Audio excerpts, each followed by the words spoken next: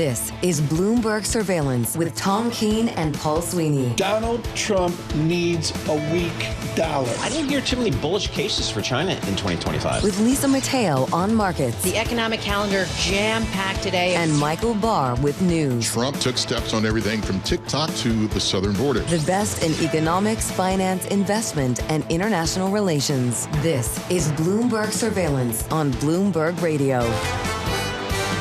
Good morning, everyone. Tom Keene, Paul Sweeney, Michael Barr, Lisa Mateo. Still on speaking terms after we looked at our brackets. Oh, boy. Market up. We'll get to the brackets in a moment, but markets lift today, Paul. Looks like the market wants to move higher here, Tom. You got the S&P up at 1.1%. The NASDAQ up 1.3%. Yields moving higher here. The 10-year Treasury, yeah, like bull market confirmed. Yeah, exactly right. There you go. Some of the correlations there. And first thing I looked at, I can't believe I'm saying this, Paul, I'll admit it, is Bitcoin. I mean, Sure. 88,000 on Bitcoin. Yeah, I know. Rounded up. Yeah, up 3% here today. So it's a risk-on feel across the board there, Tom. The last week of March, well, okay, Monday's March 31, a week from now, but it's the last week of March. End of the earnings season, of course, lots to talk about. Lizanne Saunders with us, Robert Teeter with us in a moment here on the equity markets, some other worthies this morning as well. Damian Sassower has been way too long. Stephen Trent on the Airlines. And Joe Lavorgna, Paul mentioned Joe Lavorgna as we were talking to Nathan as well. This morning, Bloomberg Surveillance, we're brought to you by BAM Mutual. They insure municipal bonds that finance essential infrastructure and provide guaranteed income to improve any portfolio. Learn more about municipal bond credit quality. Visit bambonds.com. On Monday, we spell BAMBONDS, bambonds.com. From the Interactive Broker Studio, still standing after that bracket, Lisa Mateo. Oh, it is looking so bad right now. Futures, they're looking great. Futures advancing on tariff optimism. The U.S. set to limit the range of import levies it introduces next week. That's the reason for that. We have NASDAQ futures up more than 1%. Same for S&P futures. Dow futures up about 0.8%. We have the 2-year yield at 3.98%. That's up 3 basis points. The yield on the 10-year, 4.29%, and that's up 4 basis points. We have the Bloomberg Dollar Spot Index down about 0.1%. We go to shares of Tesla. They're building on Friday's gains after Elon Musk urged employees not to sell shares in the company. Their shares up more than 3.5%, leading the Mag 7 right now. Building materials company James Hardie taking a hit, down 14% in Sydney. This is after it agreed to buy Chicago-based AZEK in an $8.75 billion cash and stock deal. AZEK is up about 18%. And Bayer ordered by a U.S. jury to pay about $2.1 billion to a plaintiff who claimed its Roundup weed killer caused cancer. The company will appeal. Shares are down about 6% in Germany. That is your Bloomberg Business Flash. Paul and Tom. Lisa, thanks so much. We want to do our Cray computer. The way we keep organized here in surveillance, we don't have anything modern. No. We got something from Cray years ago. It's a Cray J90. It's a server. Takes up the size of an entire room. And we went in and we said, which guest doesn't have a bracket? You're right. Joining us now, Robert Teeter. So he's focused. So he's focused and not feeling mediocre like the rest of us here. Chief Investment Strategist, Silvercrest Asset Management. It's tough to predict brackets in the silliness of basketball. How tough is it now to pick an up market? Incredibly difficult. You know, one of the reasons I don't have a bracket, markets are humbling enough, and this year's been a very difficult year. And one of the reasons is we're in very much of a macro-driven environment paired with high valuation, and that's created a lot of volatility. You know, the buzzwords we've been using with clients have been choppiness and patience all through this year. Today's an interesting indication, though, of why you shouldn't get too bearish in this environment, and that is a slight change in the nuance around what might or might not be happening on April 2nd, and all of a sudden we're off to the races again, just like you were talking about, risk on. NASDAQ up 1.3% now in futures. Hey, Robert, we kind of came into this year knowing that this would have to be a year where earnings would have to push this market higher because we weren't going to get a whole lot from the Fed, maybe 1 or 2 rate cuts here. And with all this policy uncertainty, we've seen people bring their GDP forecast down. Does that call into question that earnings underpinning for this market? It's starting to get a little more dangerous and treacherous on that front. So, you know, the Fed numbers came down a bit in terms of GDP, down 1.7%.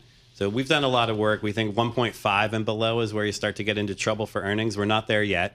I think the Fed's number might be a little bit lower. Some of the real-time numbers are above 2. So we still think the earnings backdrop is okay.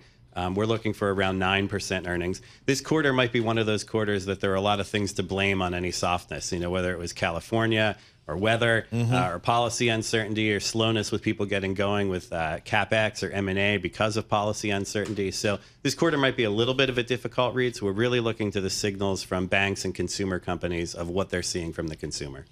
So what can the Fed do? We had the Fed last week, kind of just status quo here, but we feel like they're there on the sidelines, ready to step in. But in reality, what can they do in this type of environment? There's not a lot they can do. I think they're threading the needle very well, which is to keep the focus on both sides of that dual mandate. Not forget that we're above 2% on the inflation front, but at the same time acknowledge that we're downshifting in the economy. So economic growth isn't accelerating; it's decelerating. It's not in a bad spot.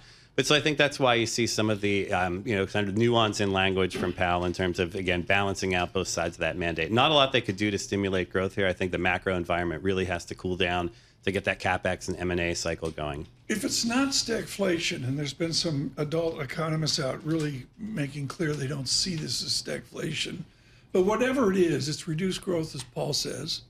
It's sticky, elevated inflation in some form. And nominal GDP to me is so level. Is there a difference to the stock market if nominal GDP's level from growth dynamics or inflation dynamics? They're two different worlds, aren't they? Absolutely. Growth dynamics clearly a lot better. One of the things we've been looking for and hoping for and starting to see a bit of is productivity pickup. You've had an environment where likely the job force gains will slow. But if you get productivity picking up, you can still support higher real GDP growth. And that's really what we're looking for, is that real side to keep chugging along at a decent enough number to keep earnings growing. Where will that chug along come from? Partly from the productivity side, and partly from the fact that consumer and payrolls have continued to expand. So our simple model there is to look at hires rate, which is above 3%, about 3.6 or so, wages around 4%. Deflate it for inflation, and you've got good spending power from the consumer, which is 2/3 of GDP. The University of Michigan data came out a week or so ago, which it kind of jumped out at me a little bit because it really suggested that the consumer is getting concerned about the forward economic outlook. They're taking their inflation expectations higher. How concerning was that report to you, or was it just one data point? It was one data point, but I do think it's a realistic adjustment downward of expectations. One of my fears in this year was that we came into the year with sentiment so high, valuation so high, everyone expecting things to accelerate and be easy. And in fact, we've had a very difficult environment.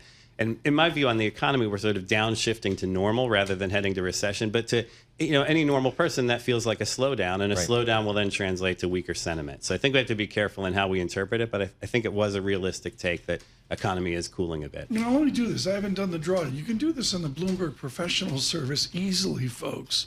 But Paul, I got a drawdown. It's a crushing 7.8%. Oh, that's on SPX. Exactly. It's a bear market. That's peak to trough. Yeah, exactly. Robert Teeter, thank you so much. Greatly appreciated today to give us a first look at the equity markets here. He's Chief Investment Strategist, Silvercrest Asset Management. Futures up 62 right now. Dow futures up 368. Critically, the VIX at 19 comes in 18.97. And as Paul mentioned earlier, it's a correlated lift here with yields higher is what we see this morning. 2-year yield almost back to 4%, 3.98%. Okay, what we're going to do here is we're going to do like adult BI work, and then we'll talk brackets here in a moment, because he does help Scarlet Flu with the plague of filling out his brackets. And Scarlet, we all know, is like number one in the game and massively helping. Damian Sassower with us on EM. What do you see in EM around the political maelstrom of the world? Oh, Turkey, I think you're talking about, right? Well, it could be Turkey, but that's idiosyncratic, right? Yeah. No, I think investors remain frozen ahead of the deadline, and we're seeing more evidence of that today. I mean, dollar bears are forced to take a breather here. You see U.S. real yields have stabilized, Tom. I know you love the 10-year real yield. You see this anticipation of quarterly and monthly rebalancing. Maybe you're going to see European equities get a bigger bid here. But all of that notwithstanding, it seems that EM Asia is still, in the face of stronger currencies, willing to stimulate their economies that much more. That's reducing the carry. The mark-to-market losses are going to be there, and kind of EM Asia and some of these low yielders. Right. And that's fueling the bid for Brazil and Mexico. And so they are the best performers in global fixed income. You're getting the juice from the FX as well as their higher yields. I think the Selic rate in Brazil is 14.25%. That's the overnight rate. So, if you're a carry trader and you're looking to clip some coupon and to get some incremental yield, EM's where you want to be. Okay, EM's where you want to be. From a bigger standpoint, if the world walks away from America, where do they walk to? Well, Japan and Switzerland. Because look, let's be clear. The dollar smile is not broken, but I see it extending at least to other countries like Japan and Switzerland. Let me tell you what I mean. You've got the right side when growth outperforms in the U.S. and so the currency appreciates, and then you've got the risk-off bid, and you have the same thing in Japan and Switzerland, but even more so today because their economies are coming from a very different place. So they have some of these sort of risk-off characteristics you would find in the dollar, but they have this sort of asymmetry to growth on the upside. The only problem there, guys, is it's a negative mark-to-market from the perspective of a U.S. dollar investor because those are low-yielding economies. So it takes a little more juice to basically have the you-know-whats to invest in those countries. But if you believe, that you want to benefit from this sort of tariff risk and all the dollar smile stuff, then those are two currencies that a lot of investors are taking a look at there. All I know about currencies is my one question, which is there a bear case for the U.S. dollar? And I haven't seen it forever. A 4% pullback here since early January. Is that the beginning of a bear market for the U.S. dollar? I've made a living not being a dollar bear, Paul. Right. You know this. So I agree with you. And look, if you look at U.S. yields, look no further, right? 4.5% policy rate here in the U.S., and it's not expected to come off that much. If there's one thing we got from the March SEP out of the Fed, it's that real policy rates in the U.S. are going to stay higher for longer, right? So, for me, I can't really bet against the dollar, but, certainly, investors are doing that right now. And you see, the uptick in China fixing, and you see the stress in Turkish government markets kind of fueling that bid for the dollar here. And it's, again, forcing dollar bears to take a breather here in the early going. Well, that Turkish lira, just to steal from Tom Keene here, what a chart that is. and this isn't some... How is Turkey viewed before the recent uncertainty? How has Turkey been viewed by your investors? And yet, Paul, investors have really taken the plunge into Turkey amidst all that you see on that chart. And I agree with you. The stones you have to invest in a place like Turkey after all we've seen. It's a CFA level 3 word there, Tom. Can we say that, Lisa, on air? Orthodoxy is something that the Central Bank of Turkey has recently found, and they've been allowed to stimulate and start cutting rates again, which has been great for the market, great for their equity markets. And so you've seen a lot of offshore investors come in there and take the plunge, and now they're getting whipped around again, just like in the old days. And it's like, I told you so, So it's really tough for investors to move into some of those markets. Right. And Brazil's another one, right? But again, you're seeing a willingness on the part of dollar investors to put their money to work offshore, unlike I've seen in recent years. Does Trump get the weak dollar he's always spoken of? Does a president get a weak dollar? The president seems to be getting everything he wants these days, so I'm not going to be against that either. But I don't know if it's so explicit that he wants a weaker dollar over the long term, Tom. Structurally speaking, a weaker dollar is not really in. You can argue it's in his best interest with the tax policy and fiscal policies that he has planned, but I don't necessarily know if that's really what he wants. I know, you listen to tariffs and exports. I don't think Trump knows what he wants, and I don't think Scott Bessent knows what Trump wants, to be honest with you. He wants what he wants the minute he wants it, and, right now I think you're right. The dollar, he's opened up the runway for the dollar to weaken. Okay. We got to go to the brackets here. Bloomberg Maryland. Business and Sports with Tariffs. Damian Sassower. How much fun was it to see your Vanderbilt participate? Oh, you don't want me to go there. So I actually opened up my FanDuel account this weekend. I don't bet normally on games, but when Vandy went up, I knew that was a problem because they're really just not that good. So I actually made a little money on them losing, Tom. So yeah, I wasn't a Vandy fan, but what I'll tell you I could not believe was to watch the Maryland Terps basically pull that buzzer beater out. I got to tell you, what's his face? It's not even Cooper Flagg. Who's the kid on Duke who was 9 for 10 with 7 3-pointers? This is no, Proctor. Proctor. These guys are. Duke is unstoppable. Yeah. Florida, looked like they were going to get unseated there for a minute with UConn. But where are we here? We're looking at. It looks like it's Duke's. Duke's, Paul Sweeney. Well, where we are is just it's all the top seeds are in there. The biggest outliers, number 10 Arkansas, but it's Calipari. So how can that be an outlier? It's exactly. No Cinderella stories this year. Exactly. Can I ask a dumb question? Surely. The NBA. Curry made that shot from Rhode Island or wherever. that was a video this weekend. They make three-pointers in the NBA effortlessly. Yeah. They don't in NCAA. Why aren't the coaches working the ball in closer to make for two? During the tournament, I think they let the defenses play a little bit closer, meaning it's hard. It's a rougher game. It's hard, and in the NBA, it's a ticky-tack game also. I mean, I think compared to what I'm looking at in college anyway. So, I mean, look at the end of that Maryland game. I mean, that could have easily been a travel or a foul there, but they let them shoot it. The buzzer beater went in, and the Terps are in the Sweet 16 for the first time since 2016, and that's a good thing, I think. But look, I think the NBA. The Lakers, man. I mean, wow. You've got Golden State now, the Lakers now. I mean, this is good for the NBA. If you can get the Lakers playing the way they're capable of, you're going to get a lot of Luka Doncic and LeBron James. It's going to be. If BRKT go, your Final Four is actually pretty good. My Final Four's there. Yeah. No, I'm still alive. But like me. But Lisa will walk out of the studio if we mention the break. Rich Truman, I hear, is doing very well. He's huge. Voice of God. Solid. I don't know what it's like his football picks. Exactly. Damian Sassower. Thank you. Thank you so much. Can you come back later in the week as we get to I'd love Thursday? That. If I get any sleep, I have a new puppy at home. Thursday. I gotta watch out. You're there. in today. I am in today. I didn't get much sleep over the week. I said I got it's my a long second. way from the Regency Hotel on Park Avenue. Some of our contestants stay there.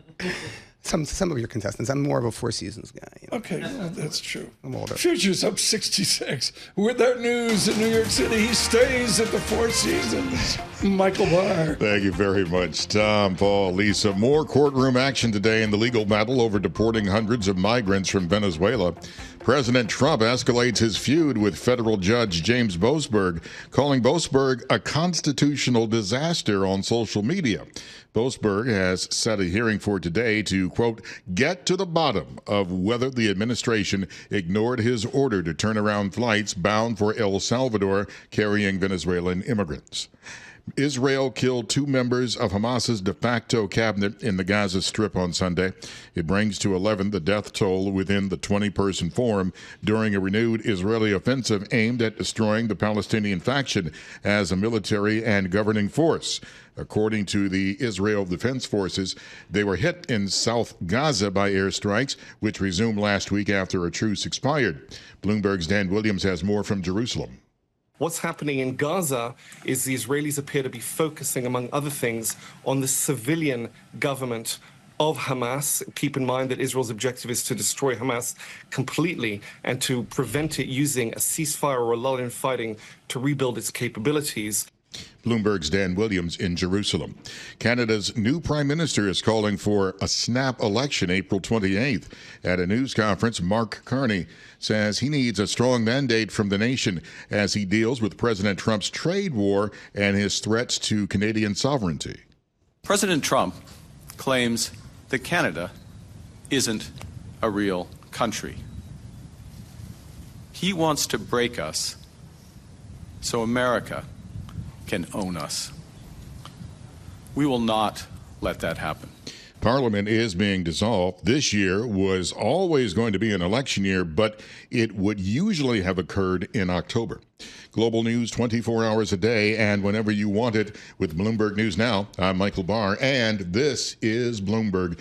More with Tom, Paul, and Lisa. Michael Barr, thanks so much. Michael Barr's news update. It's brought to you by IBKR. Will the U.S. CPI, will it exceed 2.4% this March 2025? Trade your prediction with IBKR Forecast Trader. The yes was recently, it's 60%, 60%. Buy yes or buy no and earn $1 if you're right. Go to ibkr.com/forecast. What I noticed, Paul Sweeney, within all the hysteria about March Madness, how little of it was on YouTube. They've clearly made a decision. Sure. It's not like, soccer, English soccer, or others, even the NFL, where they're like, here it is, the highlights go. No, it's really with all the CBS properties, and then with the Warner Brothers properties. So think about TNT, TBS, and True TV. Those are the ones. Yeah, those were the ones airing all the games to this point, and now it kind of tightens up into the CBS properties and then TNT. And do you get a feeling it's got the huge deal going that it's always had? Yes, I do. But what's lacking here this year, just looking at the Sweet 16, is you don't have that Cinderella story. You don't have that Cinderella story. And so that's a problem because that's always been part of the charm and the draw for March Madness has been who's going to be the Sweet 16 story that everybody's going to root for. That maybe they're not a basketball fan, but they're a fan of just kind of this, small-time school playing big time games. On I-80, a sinkhole. Speaking of sinkholes, let's look at Michael Barr's bracket. How'd that work out, Michael Barr? The only thing I can say is I pretty much had a chalk bracket, but it was the other games that I just blew apart and messed up. But I still think I have the number ones in there. Okay, and now we have a moment of silence. Paul, I watched 6 Minutes. I watched St. John's. Yeah. Was it like deer in the headlights? I mean, they just had a bad night. I thought Mr. Pitino have a terrible shooting night. They were 2 for 22 from threes or something like that, so they just couldn't shoot the basketball, and boom, there you go. Simple as that. Just had a bad time to have a bad game. But character building in your rebuild, right? Well, they rebuild with a whole new team. I mean, we won't, we'll see. All new players. From New York City, Bloomberg Surveillance. Good morning.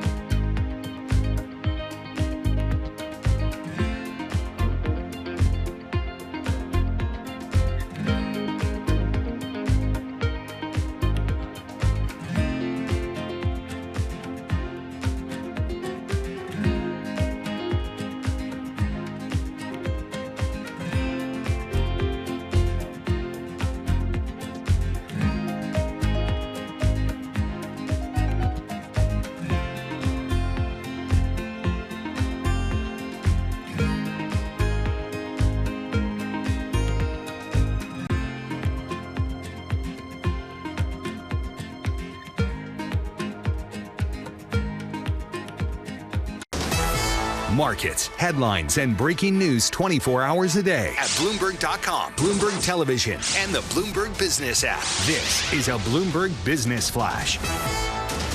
From the Bloomberg Interactive Broker Studio, I'm Lisa Mateo. We'll look at a nice lift to the markets. This is the next round of U.S. tariffs due April 2nd, set to be a little bit more targeted than expected. We have NASDAQ futures up nearly 1.5%, S&P futures up more than 1%. We have Dow futures up 0.8%. The 2-year yield, 3.99%, up 3 basis points. The yield on the 10-year, 4.29%, and that's up 4 basis points. We have more economic data out this week with core PCE in the spotlight on Friday. Today, though, it's the S&P Global preliminary March composite index for services and manufacturers. Now, in other economic news, the Bipartisan Policy Center, it says the U.S. could breach the debt ceiling sometime between mid-July and October if Congress does not act. A few companies making news this morning. Jack Ma-based Ant Group. It's built AI models that cost 20% less than using Chinese-made chips, with the results similar to those from NVIDIA. Then we'll stick with AI. Sources say Korean chip startup Furiosa AI, it rejected an $800 million takeover offer from Meta. And finally, Apple adding cameras and visual intelligence features to your smartwatch. Here's how it works. If you hold down the camera button, you can take a picture of something and then have it analyzed by ChatGPT or Google search. That easy. It's coming soon. For on-demand news 24 hours a day, subscribe to Bloomberg News Now. I'm Lisa Mateo. That is your Bloomberg Business Flash. And now on a Monday, an Audible. Does anybody know how to use an iWatch? Yeah, in our house, but do you use it like you do all the? At our house, there's a huge frustration. Vet bill, afterthought, Mrs. Keene.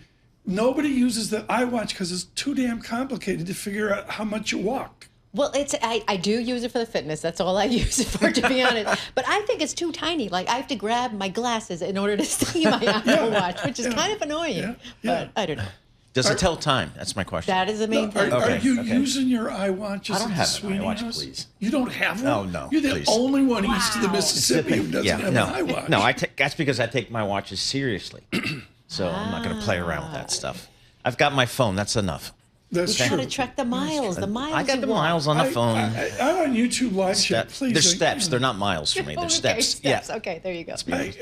We got some time here. I want to do this. Lucas Shaw Publishing this weekend.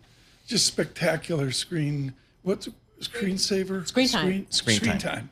And it was on Korea in their collapse of their entertainment business.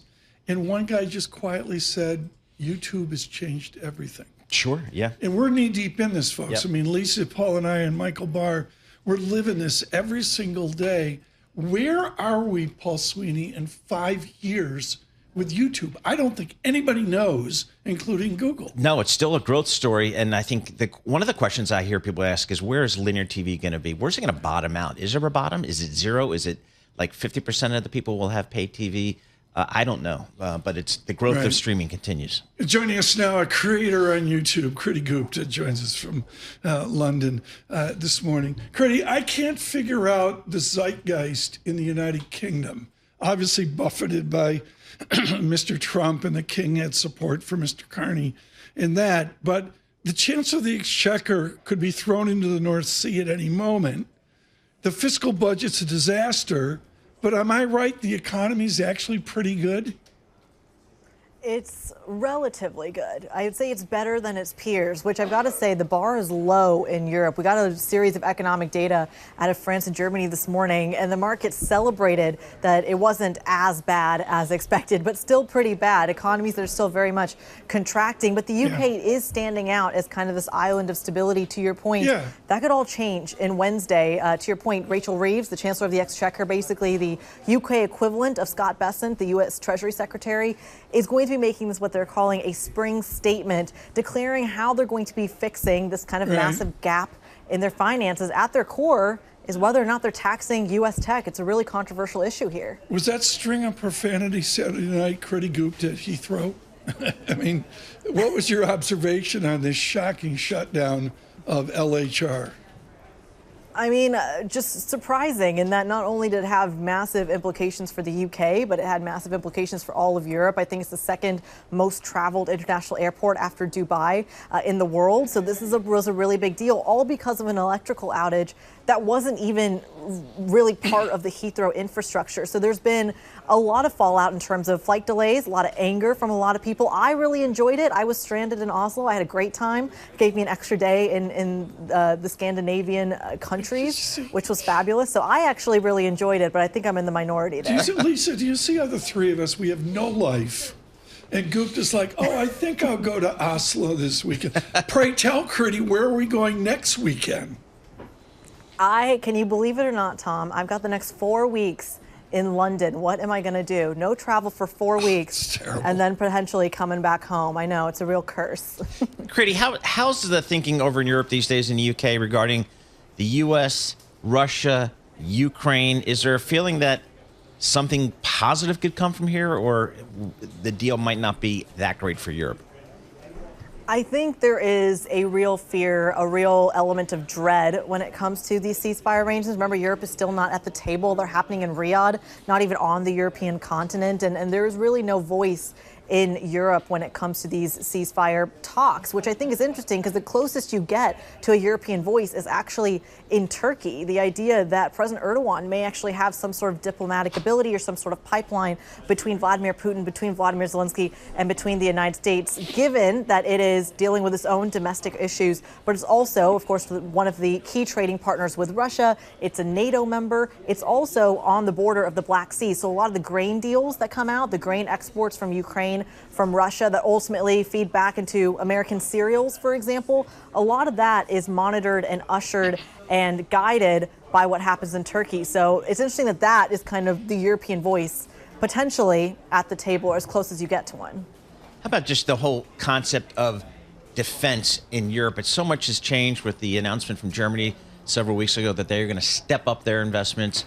Of course, we've got the rhetoric coming from the Trump administration about pulling back potentially some of those commitments to NATO. What's collectively the discussion these days over in the UK and Europe regarding defense?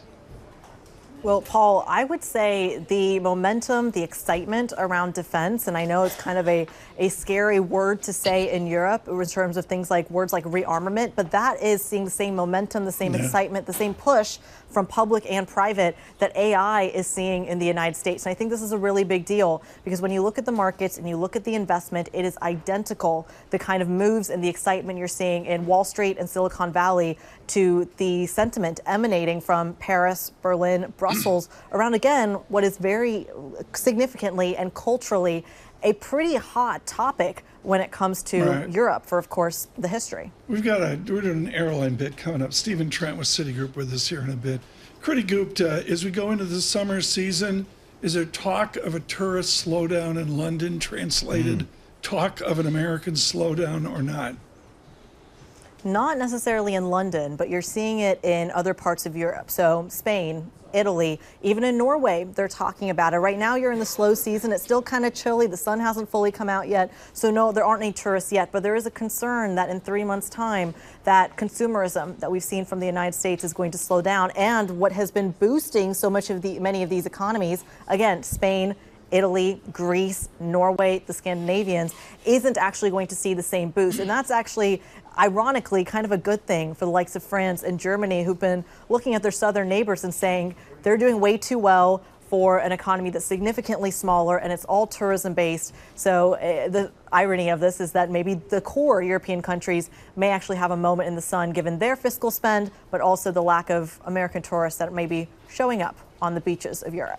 Kriti Gupta, thanks so much. Greatly appreciated this morning from Oslo via London via I wish I had her life. Thank you, Kriti, for that. I just noticed this. Oslo, like in January when it's worstest, they have like 6 hours, 35 minutes-ish of sun, of daylight. Yep. And already as the season migrates forward, I got this very fancy chart out here on timeanddate.com, but they're already out to 12 hours. Oh, nice. They're like getting normal. Yeah. And in the summer, they have almost 19 hours of sunlight. That is great. Great chart. chart. That's off. Yeah, boy, that's a tough, interesting way to live over there. I'm heading over to Italy in the fall. You're going. This is really cool. I'll be spending some euros there. The celebration of the Pope leaving the hospital today, the Jubilee. Sure. And hopefully a recovering Pope Francis. I mean, and it's booming. Yeah.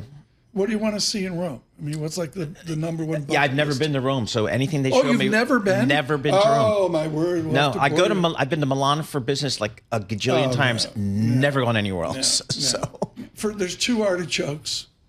There's the Jewish artichoke and the beautiful Jewish sector, and there's the Roman artichoke, which I've literally had like 3 orders in a row. So the artichokes is like, you have to do that, and I mean, it's Rome, and it'll be beautiful. What's beautiful today is the data check. It's the first correlated normal data check in ages. Dollar fractionally weaker. Paul notes a yield out. Paul, we're going to get a 4% 2-year yield. Yeah, absolutely. Higher by 4 basis points. I know. We're inching back up here. Bitcoin, 87,600 in futures, up 64. On YouTube, subscribe to Bloomberg Podcasts. This is Bloomberg Surveillance.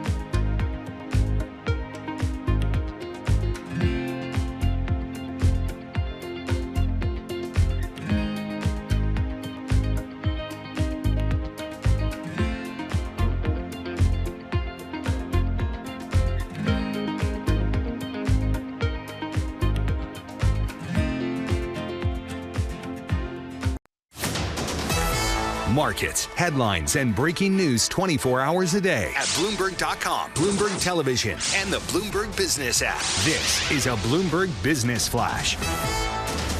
From the Bloomberg Interactive Brokers Studio, I'm Lisa Mateo, and we have this Bloomberg Business Flash brought to you by Interactive Brokers. Trade over 10,000 U.S. stocks and ETFs, U.S. equity index options, U.S. treasuries, and more on your timetable. Learn more at ibkr.com/around the clock. Well, we've got futures advancing this morning. Signs that the next round of President Trump's tariffs may not be as intense as previously expected. We have NASDAQ futures up nearly 1.5%. S&P futures up more than 1%. Dow futures up 0.9%. The two-year yield 3.99%, up 4 basis points. The yield on the 10-year 4.29%, and that's up 5 basis points. To commodities, we have spot gold at $3,026 an ounce. We go to oil. Brent crude $72 a barrel. WTI crude $68 a barrel. The Bloomberg Dollar Spot Index down about 0.1%. Few companies making news. DNA testing company 23andMe. Well, it's filed for bankruptcy. Its co-founder or CEO stepping down, but will continue to serve on the board. And Novo Nordisk has signed a $2 billion deal with Hong Kong-based United Laboratories International, and that's for a next-generation obesity drug. That is your Bloomberg Business Flash. Paul and Tom. Lisa, thanks so much. I greatly appreciate it. Lots to talk about this morning. Busy morning. Futures up 67. Nice lift to the market. And some of that's because of our political news flow here in America. Henrietta Treyz joins. She's at Veda Partners. We've really enjoyed her valuable briefs once, twice a week here. Henrietta, I guess we're up because we're going to get tariff light. Is it as simple as that? I probably, the interpretation, the headline reads as tariff light. I think if you dig underneath the surface, you'll see that it's still tariff really heavy. We have 20% new tariffs on $500 billion worth of goods coming in from China already. Those are going to rise to higher rates. They go on top of the Section 301 tariffs that are been in place for 7 years. So we're already up in the nearly 50% range. That should tick higher on all goods coming in from China. And you can say that story across the globe as well. With Canada and Mexico, I expect EU auto tariffs around April 2nd, new investigations. So there's a lot to come. Are Republicans pushing back against, as a general statement, the White House? I see percolations of that. But do you see Congress animals pushing back against the Trump administration? No, not at all. I was just on the Hill with a whole host of Republicans from all different states, Tennessee, North Carolina, Arkansas, and the response function is basically to diminish the severity of the tariffs and then talk about how they might be short-lived.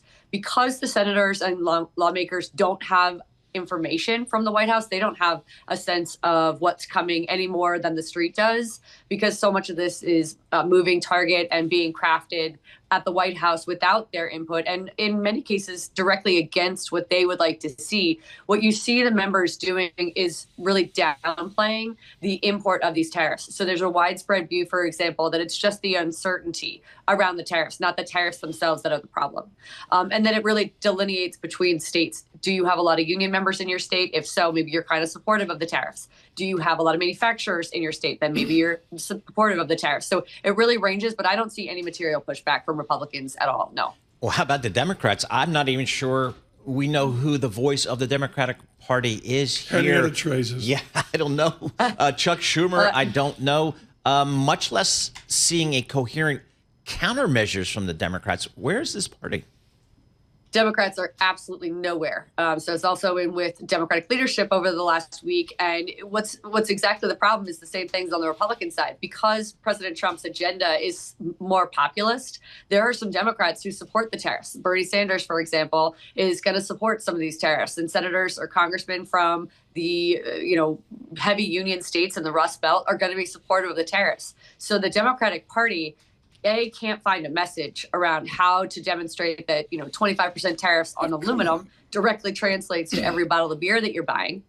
They cannot also get their caucus united and in line to say, hey, we don't like these taxes on Americans that are coming. We don't support using current policy baseline to blow out the deficit. They're nowhere. Henrietta, this came up this weekend over a beverage of my choice. I'm going to try to keep politics out of it. Henrietta Treyz, is there any indication whatsoever that the liberals of the Democratic Party want to move to the center? I don't think that's something that anybody should bake in from the far left. I mean, Bernie Sanders has been Bernie Sanders for 40 years, so I don't see that change. I do see the far left getting louder. And there's some fracture there as well. When you think about a senator like Fetterman out of Pennsylvania differing with maybe some of the more quintessential far left folks that you would think of with AOC or Bernie Sanders, there's just a lot of divide, I would say, in the Democratic Party. And is there not a belief within the Democratic Party leadership that the left wing of the party is weakening perhaps the overall Democratic Party? And if to any extent they want to be competitive in 2 years, that they need to move more to the center? Is there not a belief there? Yeah, no, absolutely there is. I mean, but man, how long have we been having that fight? When Democrats were, upset at Bernie Sanders for running against Hillary Clinton, it was the exact same conversation. And that was way back in the day.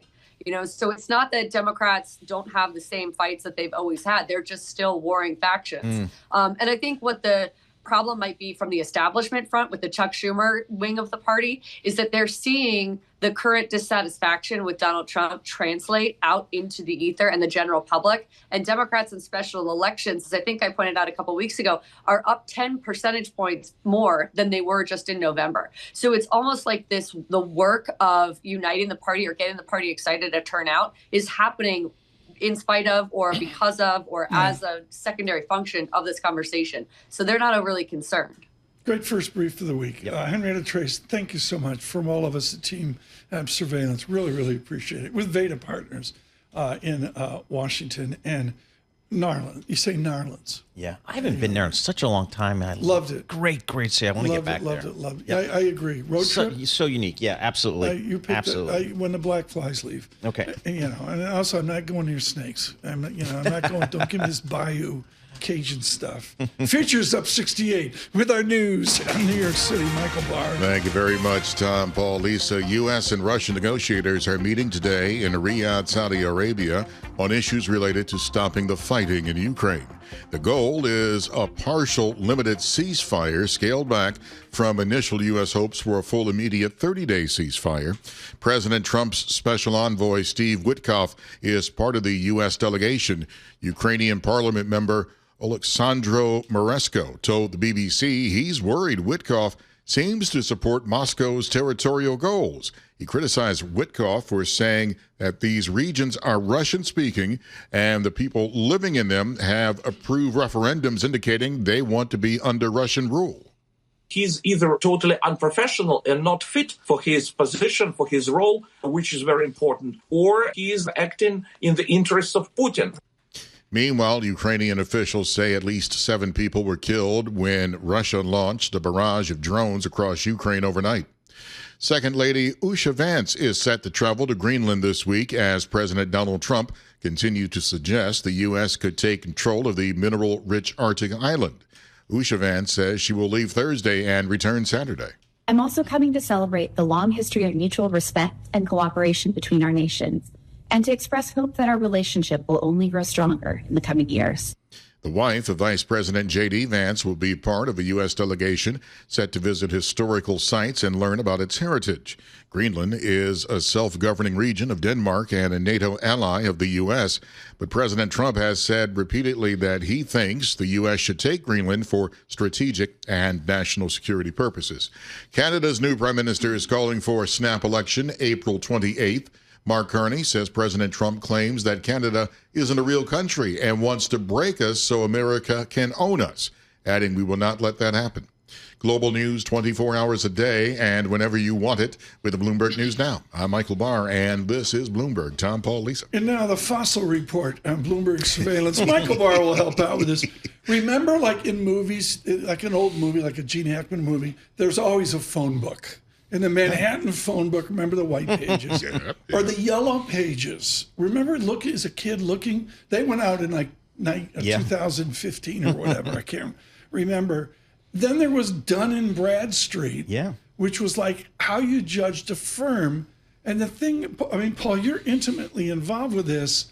Basically, they've tanked for the last decade. Is that? Well, I mean, I've been Dun & Bradstreet's a data information company, arguably in some competitive positions vis-a-vis Bloomberg LP, but it's a data company, provides data on companies. And before you had the internet, it was really important. But So I've covered that company for 30 years, but they've been public, then private, then public, Exactly. and now they're going private again today in a deal that values their equity at close to $4 billion, enterprise value of a little over $7 billion. Those are the same numbers I remember using for this company 20 years ago. So there really hasn't been a lot of growth, but data is valuable. Oh, yeah, Lisa Mateo has an enterprise value of $7 billion. From New York, Bloomberg Surveillance.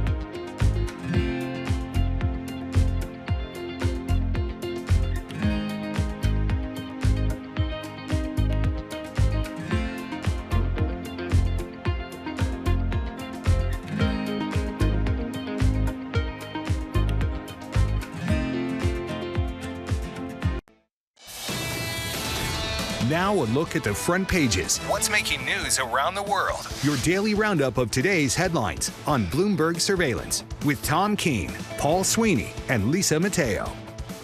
I'm so depressed. Good morning on YouTube. I don't know how to pronounce it. Lihue, Kauai, Hawaii. Don't know. That Early sounds good. morning. Sure. I don't know if the sun's up yet. Can't be. It looks like it looks like a place like where Spielberg would live or someone like that. It's like gorgeous. It's like you can wave to Russia, I think. It's that far. Good morning in Hawaii. That's Alaska. Thank you for listening in your early morning on YouTube. We really appreciate that. Watching on YouTube. Subscribe to Bloomberg Podcast. The newspapers, Lisa Mateo. Lisa, what do you have? Okay, so next month, the White House hosts the annual Easter egg roll, right? All the kids come out. It's a big 147-year tradition. But the New York Times is saying this year it could be a little bit different because it could be funded by corporate sponsors. So that's the difference. But they're saying, though, it's raising some ethical, legal concerns from President Trump because he's allowing companies to profit from the event. What are we talking about? How much, right, could a corporate company bring in? So they're saying there's three options. It costs between $75,000 and $200,000. That's what they would pay for the little perks. To what? Okay, so for example, they get the corporate booth, they get the logo placements, they get the branded snacks, they get to have exclusive tickets to brunch with the First Lady. They get 150 tickets themselves for the event. Does the Easter Bunny come in a Cybertruck? I don't know, but it's a different kind of feel to it, I guess it could be if it brings in these corporate sponsors. Next. Supposed to be focused on the children. Let's raise a little cash, I guess. Raise a little cash. Yes, All it right. goes to the White House Historical Association. So there you go. Sure. All right. Paul, Sunday Duke, right? Pounded Baylor, 89-66. Yep. No doubt they're a good team. But the Washington Post is saying a big reason behind their success is this age-old strategy, their height. Yeah, the tallest team in the country. The tallest team in the country. 79.8 inches across 15 players. So it ranges from a 7'2" center to a 5'8" guard. Yep. So in between, they have no other player listed below 6'5". I mean, it's crazy the height that they do have, but it's an advantage. Okay, dumb question, Paul. You're qualified. Okay, should they raise the hoop? Nah. 11 feet, 12 feet? No, if they do anything, and they might push back to three-point line at some point. Yeah, but they'll start in the pros there for that. But so Duke is the tallest team. But they're also, I think, and they're probably ranked third in terms of defense, but they're the best defensive Duke team I've ever seen. I mean, moment of silence here. You've nailed this. Yeah, they're just Why crazy. does your bracket show your brilliance? I have no idea exactly, because I tried to get cute, but I should have just picked all the higher seeds. You got to be dumb as wood like me and Lisa. Yes, you got to do the I got emailed in. It like says too much bracket talk. I'm like, we've lost so much money in our 201ks. We're talking bracket. Next. All right, we go from 201k, we go to Roth IRAs. That's what we're talking about. This is actually the new trend with young savers. Roth IRAs, okay, the Wall Street Journal is saying they're taking the advice of their parents, financial coaches, tax advisors. They're using it to save for retirement, big purchases.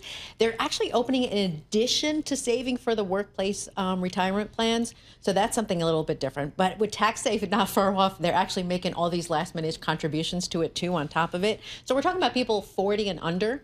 That's who's starting to use this a little bit more, and they're seeing the advantage. I think my three oldest kids, they're between 25 and 29. They do both? Well, all I'm thinking is, specifically my two older ones, they were little kids. They remember 9/11 because they were preschool 9/11. Yeah. They remember the financial crisis big time, and then they have the pandemic. Their whole life, they've had crazy stuff happen, and I think that's made them a little bit more cautious in terms of saving. That's the conversations I have with my guys. And they're all 401ks and doing all that kind of stuff. And folks, from Paul Sweeney, there's a single smartest thing I've heard in 90 days. Here, our kids are different. And one of the things is they've seen family members or friends, parents run out of money.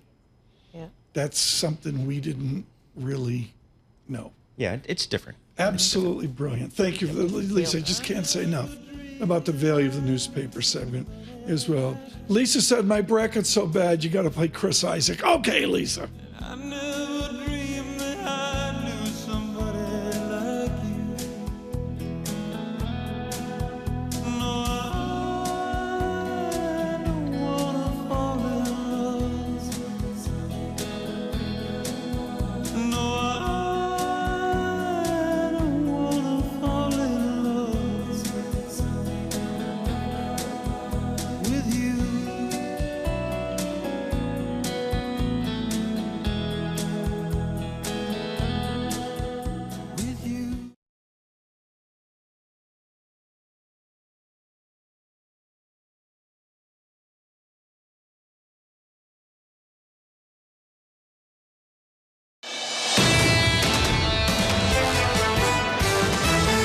This is Bloomberg Surveillance with Tom Keene and Paul Sweeney. What's the immediate take of a tariff war? For the longest time, technology has been the driver of this market. With Lisa Mateo on markets. AI affecting demand for cloud computing. And Michael Barr with news. Trump declared a national emergency at the U.S. border with Mexico. The best in economics, finance, investment, and international relations. This is Bloomberg Surveillance on Bloomberg Radio.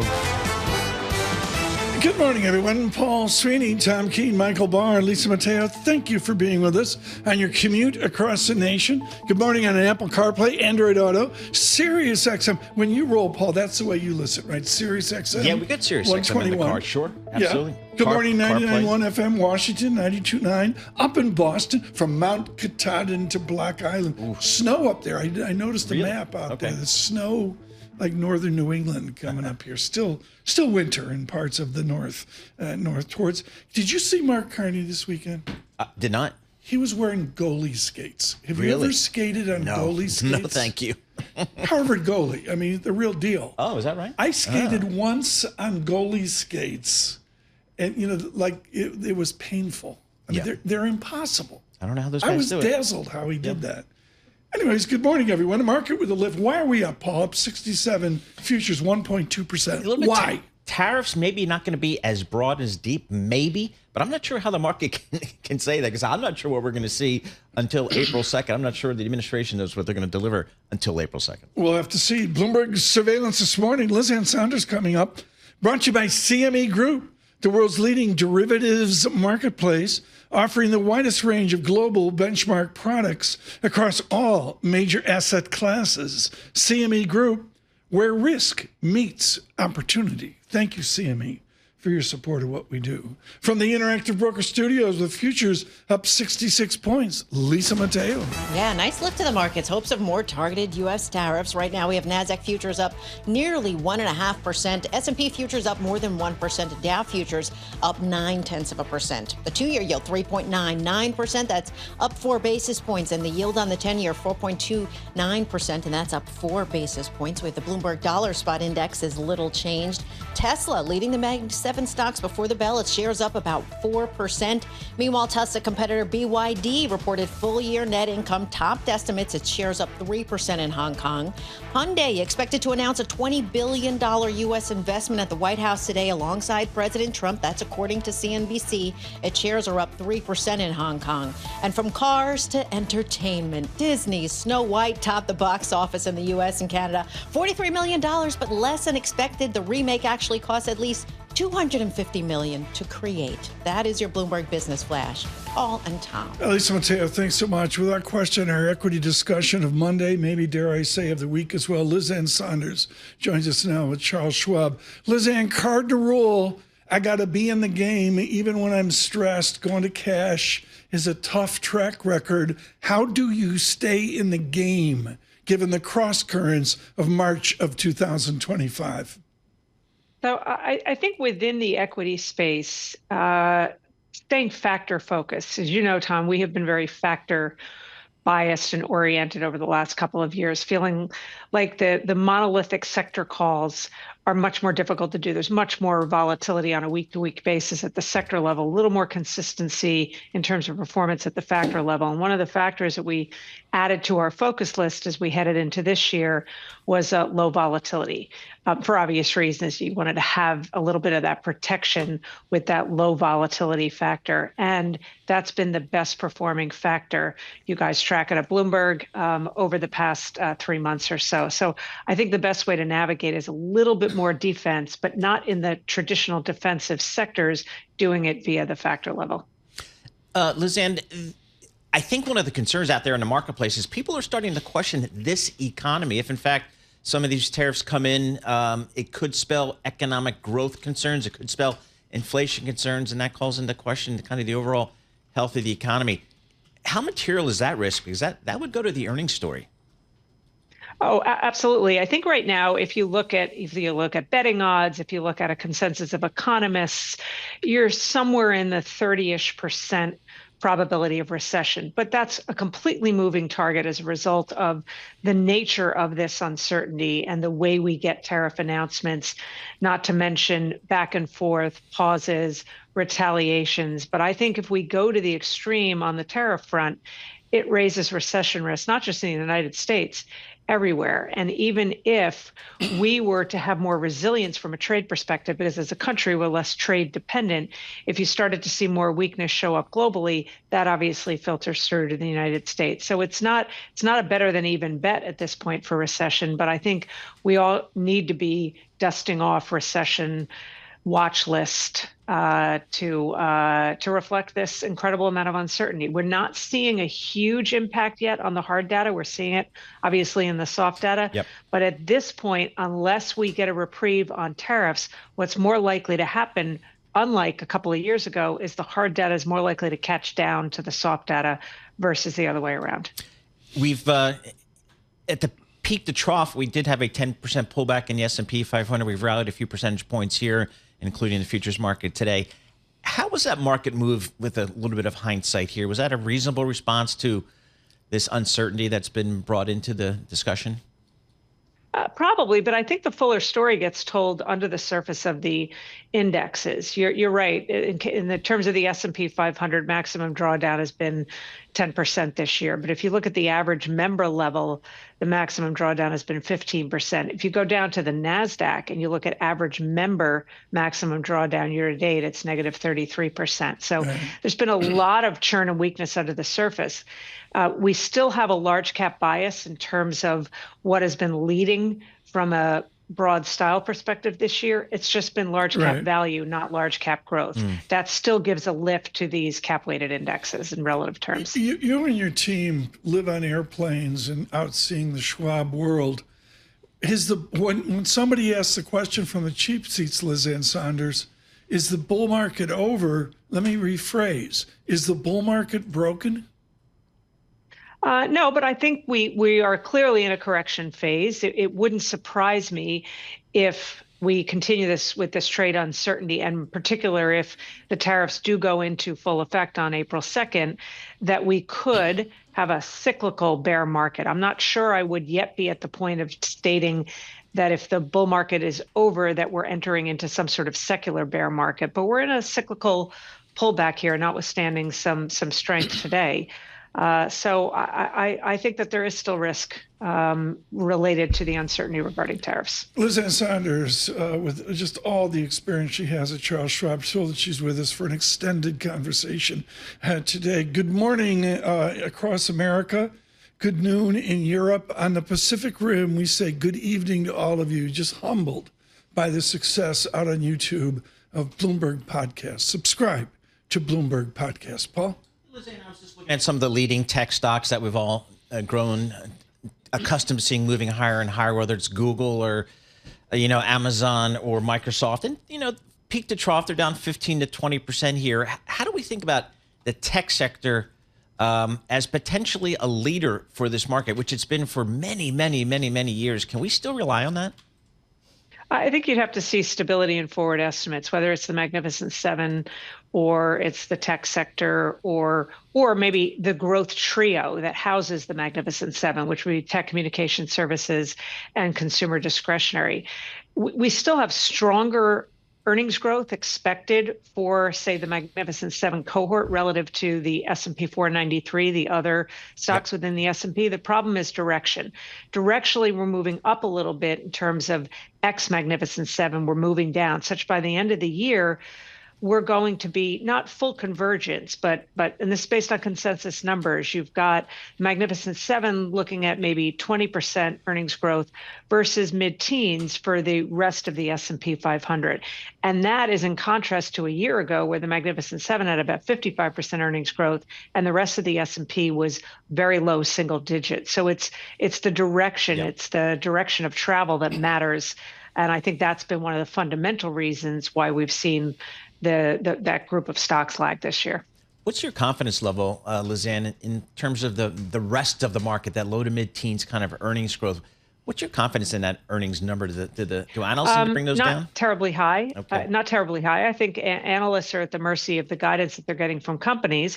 Companies are dealing with the grave uncertainty, basically going into hold pattern from a CapEx perspective, from a forward guidance perspective. It's not quite like it was back in the COVID era, where you saw a record percentage of companies just withdraw guidance altogether. But it's such a murky environment. And what analysts have done is take that sort of collective wisdom from their companies, and their bias has been to pare back estimates. Right. So you've gone from, at the beginning of the year, about a 15% expected growth rate for 2025. And this is all the entire S&P 500. That's down now to around 10%, which, if that is accurate, that comes in at a lower growth rate than 2024. I think that's been at play in terms of this corrective phase. Where the multiple valuation, like you say, stay with large cap, but are we under a 20 multiple in a blended Lizanne Saunders market? Yeah, so you have to segment it. You're still in the mid to high 20s for tech or the Magnificent Seven. Then you get closer to 20. We've come down from about a 22 forward multiple to about 20. Then you can go equal weight or S&P X Mag 7, and you're into the teens there. So it really depends on how you segment things. The problem is that we've had a declining numerator and a declining denominator. As I mentioned, I think we need to see stability in the denominator part of the equation to provide a little bit of a lift from a valuation perspective. We're not quite there yet. I can't emphasize, folks, the partial dynamics Lizanne Saunders just effortlessly described there. So take it further, Lizanne. I got a better valuation in Europe. Warren Buffett is buying in Japan because he's got a better valuation there. Can you, just as a general statement, a PE ratio, can you be a PE hog and underbuy going to a lower ratio that's not going to lift when we lift?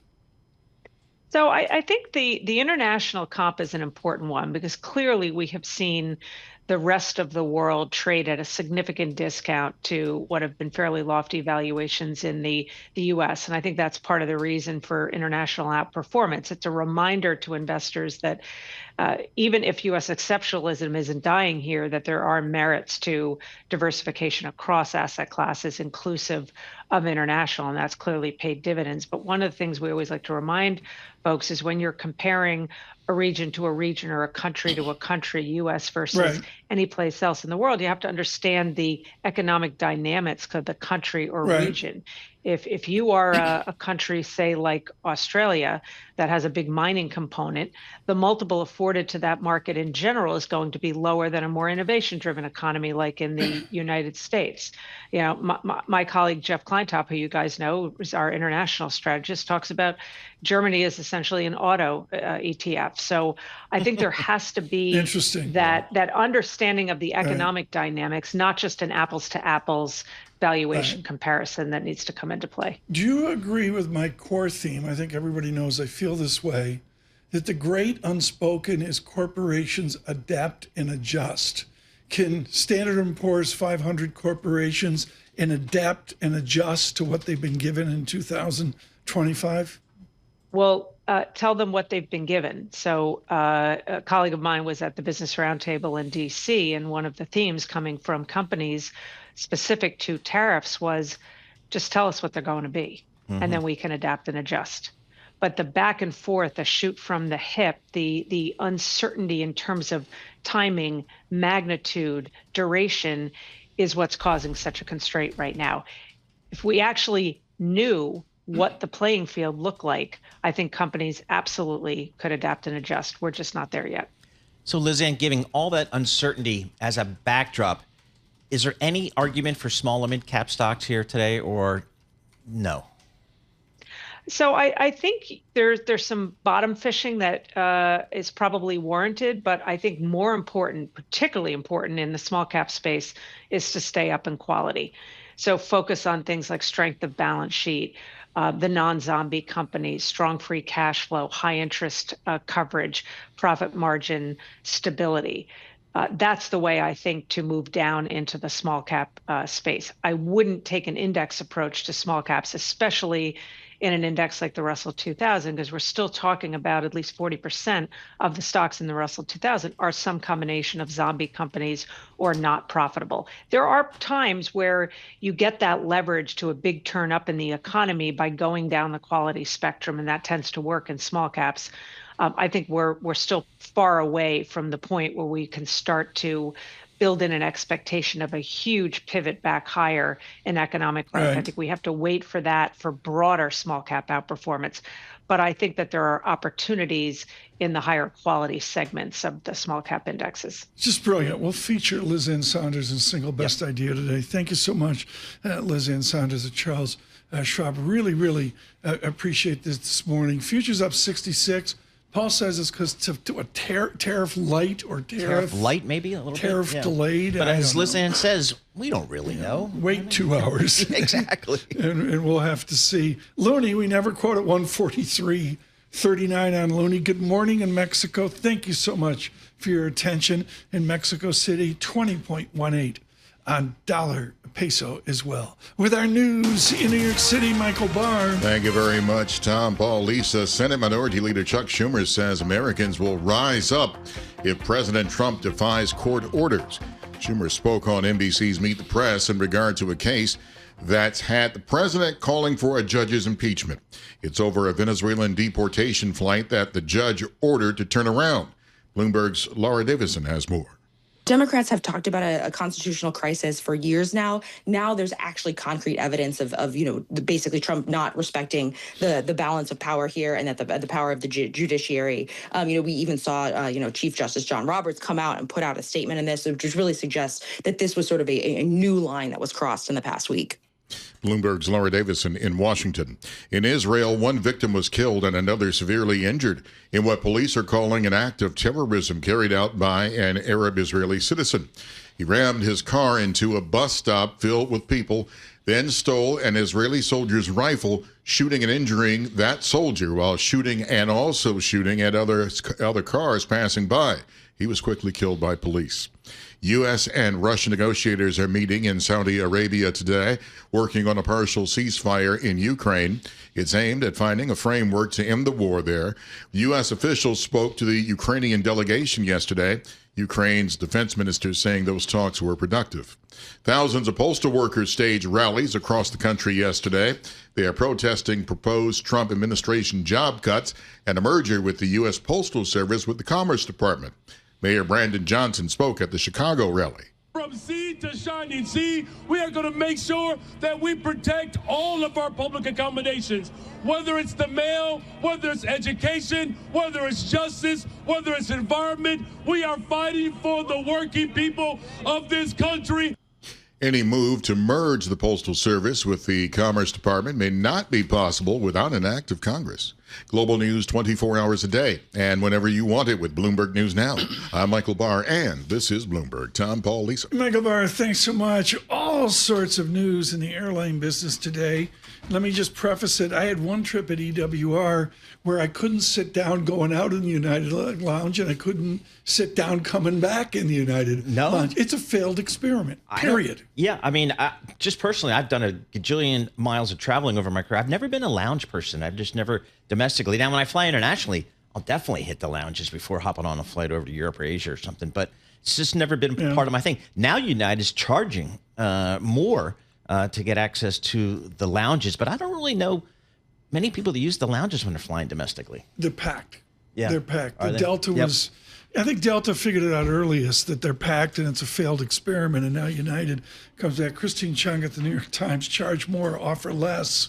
And I guess it's, it gets rich. Do you want to pony up $1,400 a year for an all access membership? I don't think so. Yeah, it just doesn't have the value for me. But I mean, yeah, There it And now is. the airports, I mean, at least the ones I go to, they're all, mostly of them, they're new, they're renovated. They got all kinds of great food, just in the regular airport itself. I mean, you can't even get a McDonald's hamburger anymore, or any fast food in these airports anymore, because they've upgraded their restaurants and all their food. So it's changed, but I think it's, we'll see. To me, frankly, fine fancy class, it's been a failed experiment. It's just, they're crazy. They're nuts. But busy, in Europe, stupid. Europe, it's part of the culture in the airports. I think and you pay for it. Yeah, I think you probably pay for it. Yeah. Here it's been like a free lunch, and it's been a failed mission. One of the senior executives actually talked to me and said it was the single biggest headache. He said managing the lounges. Yep. Just trying to figure it out, and the answer is, with this huge announcement from United Airlines today, you're simply going to pay more for it. We'll have much more on that. Stephen Trent scheduled to be with us with Citigroup, expert on the airlines. Futures up 63. Dow futures up 368. NASDAQ up 1.4%. The VIX right on 1900. Paul, gold. Yep, higher. It's higher. It's sort of like, I'm going to call it, there's stability to gold at these new higher levels. Yeah, and if you talk to the Mike McGlones of the world, the commodity strategists, they kind of see it higher. Again, Goldman Sachs out, maybe a month or so ago, maybe a little bit more than a month, with a 3,100 call when it was around 2,800. So they're looking pretty good there as well. So we'll keep an eye on that. And Bitcoin, that is trending higher, up 2.8%, up to about 87,500. DXY to 104 has great conversation. Barry Eichengreen in the FT this weekend from Berkeley with a must read. I'll talk more about that in a bit. From New York City, this is Bloomberg Surveillance.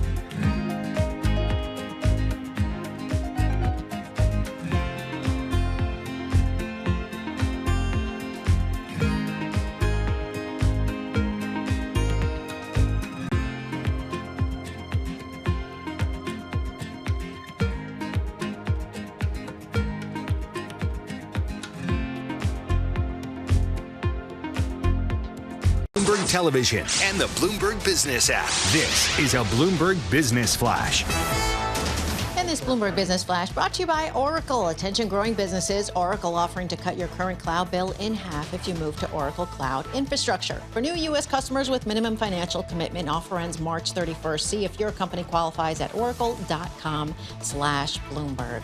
Well, we've got NASDAQ futures leading the gains this morning. Traders snapping up those beaten down tech shares. There's also more optimism over tariffs. We'll start with NASDAQ futures up nearly 1.5%, 294 points. S&P futures up more than 1%, 66 points, and Dow futures up 0.9% or 382 points. The two-year yield 3.99%, up 4 basis points, and the yield on the 10-year 4.29%, and that's up about 5 basis points. The Bloomberg Dollar Spot Index is little changed, and we have Bitcoin up nearly 3% at just over 87,000. More economic data out this week. We have the core PCE. That's on Friday.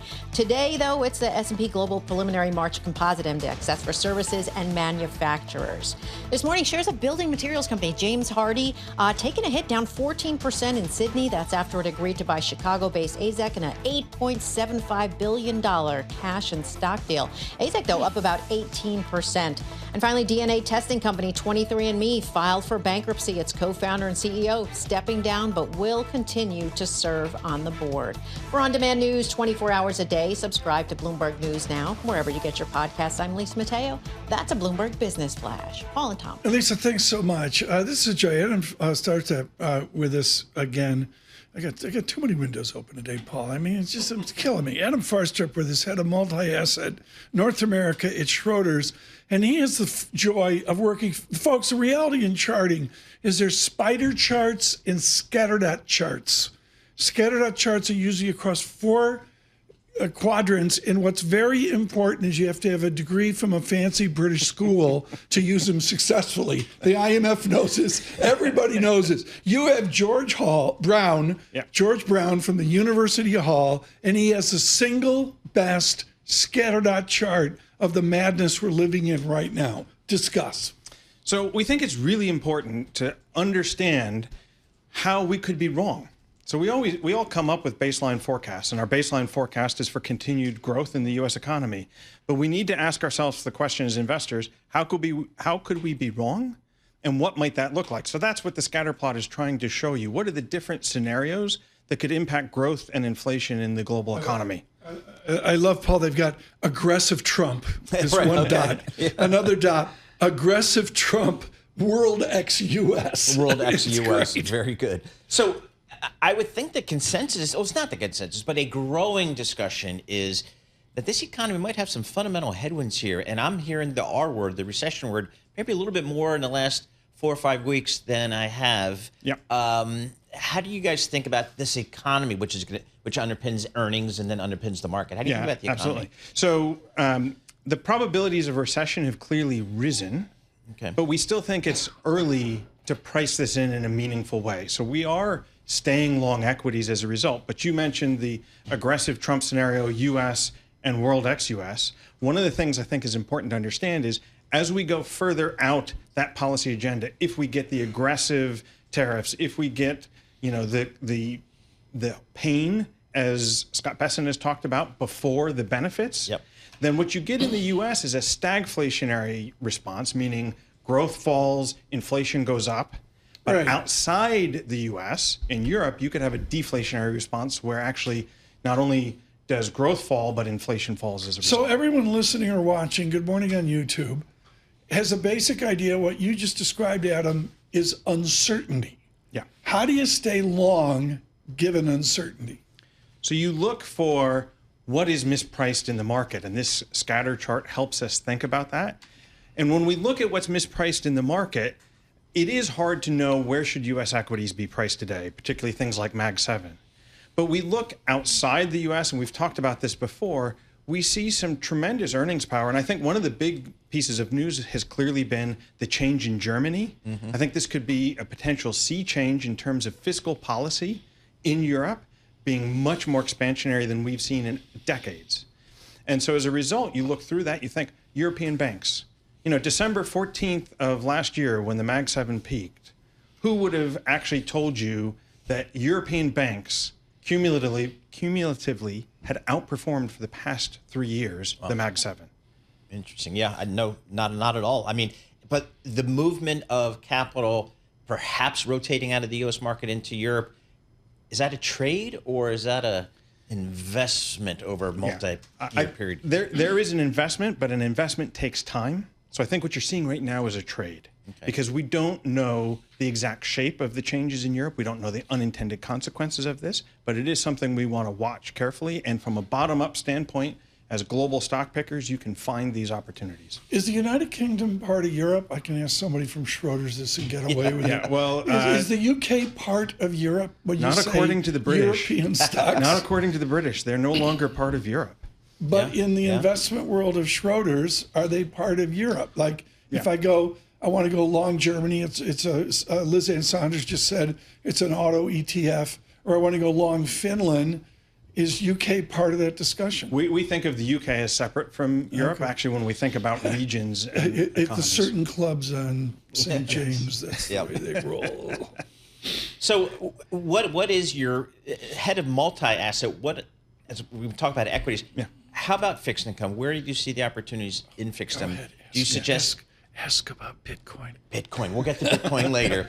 But do we take credit risk out there, or are we just sticking with the treasury market here? So we are taking credit risk, but we're rotating where we're taking that credit risk, because one of the places you're going to look for a sign that the economy is worse than it is for credit spreads to actually move wider. Right. And we've seen them move a little bit, right? Triple B spread has moved out a little bit, but by and large, it's been well behaved, which is why we think the economy is strong.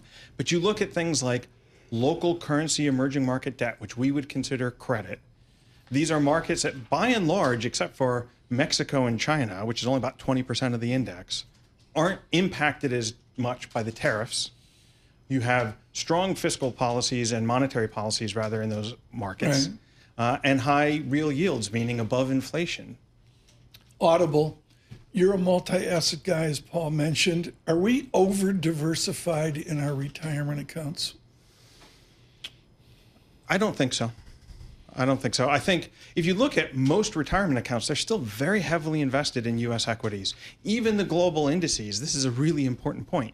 Global indices are now almost 74% in U.S. equities. So if you've got a global allocation in there... Whoa, say that again. My head's spinning. So and it's not my bracket. Go ahead. If you look at MSCI World, which is an index of the entire world, right?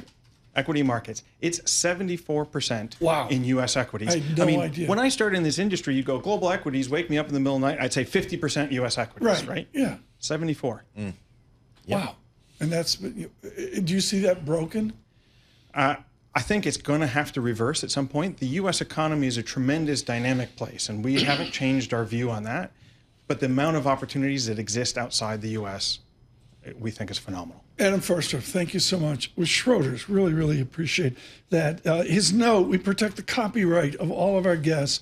Get from Schroders and Adam Farstrup that spectacular scattered out chart, which really shows us 6, 7, 8, 10 outcomes that are out there. Bloomberg Surveillance, all of our economics. It's brought to you by Commonwealth. Join over 2,000 independent financial advisors who are taking control of their growth with advisor-centric support and future-ready technologies. Grow on your own terms with a partner dedicated to your success. Go to commonwealth.com to learn how. Paul, a firestorm, I say a firestorm of YouTube live chat over airline lounges. I know. I mean, what do you get there? You get a little bit of horse divorce. Yep. You know, you go through a line with 47 other people. Oh, you're laughing over there. Come on, Lisa, you're the first one. Everyone else is in the shrimp and you're having the hummus, right? Yes. She's I don't do the lounges, though. I got to be honest with you. You don't do lounges. I don't do lounges. Do you know what I do at Heathrow? Don't tell Redo, keeper of the Amex. The lounges there are so bad that I go to Fortnum and Mason, which unfortunately is right next to the Hermes store. So often with Mrs. Keene, this is downside massive. But I just go to Fortnum and Mason, and I do it on my own account usually. But yeah, the lounges are just sort of scuzzy. Well, I don't know. $1,400 for a drink. Well, I can make that I can make that math work. Don't worry about it. But what's the appeal? People are just get the rewards points, and more people are going in. Like, is that why it's so overcrowded? I'll cut them some slack. It was an experiment, and it was too successful. I mean, I walk by a Delta. I don't do the Delta thing, but the line across Delta, like at DFW or Dallas, it was like waiting to get into the Beacon Theater for Bruce. I don't get to the airports that early. I mean, I figured it out that Oh, you're that guy. Well, I used to be back in the day before 9/11. We would have like a little game as we're leaving our client to head home on a Friday. Who could leave the clients the latest and still make the plane? Have you ever done the Heathrow Dash Friday night? I do the Friday afternoon. I did it once. Never again. You dash out to Heathrow, and if you're lucky, you make it. Heathrow We're Express. lucky. Futures, green on the screen. We're on YouTube. It's Bloomberg Surveillance.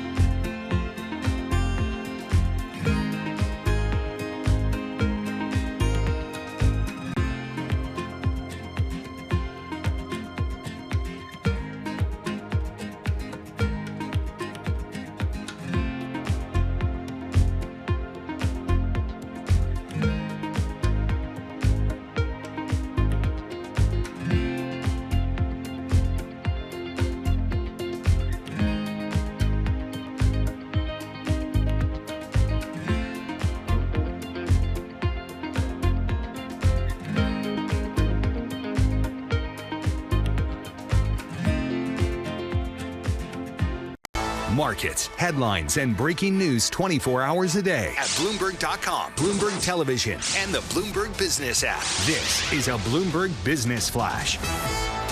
From the Bloomberg Interactive Broker Studio, I'm Lisa Matei. Well, futures advancing. This is on signs that the next round of President Trump's tariffs may not be as intense as previously expected. We go to NASDAQ futures, leading the charge right now, up 1.5%, 305 points.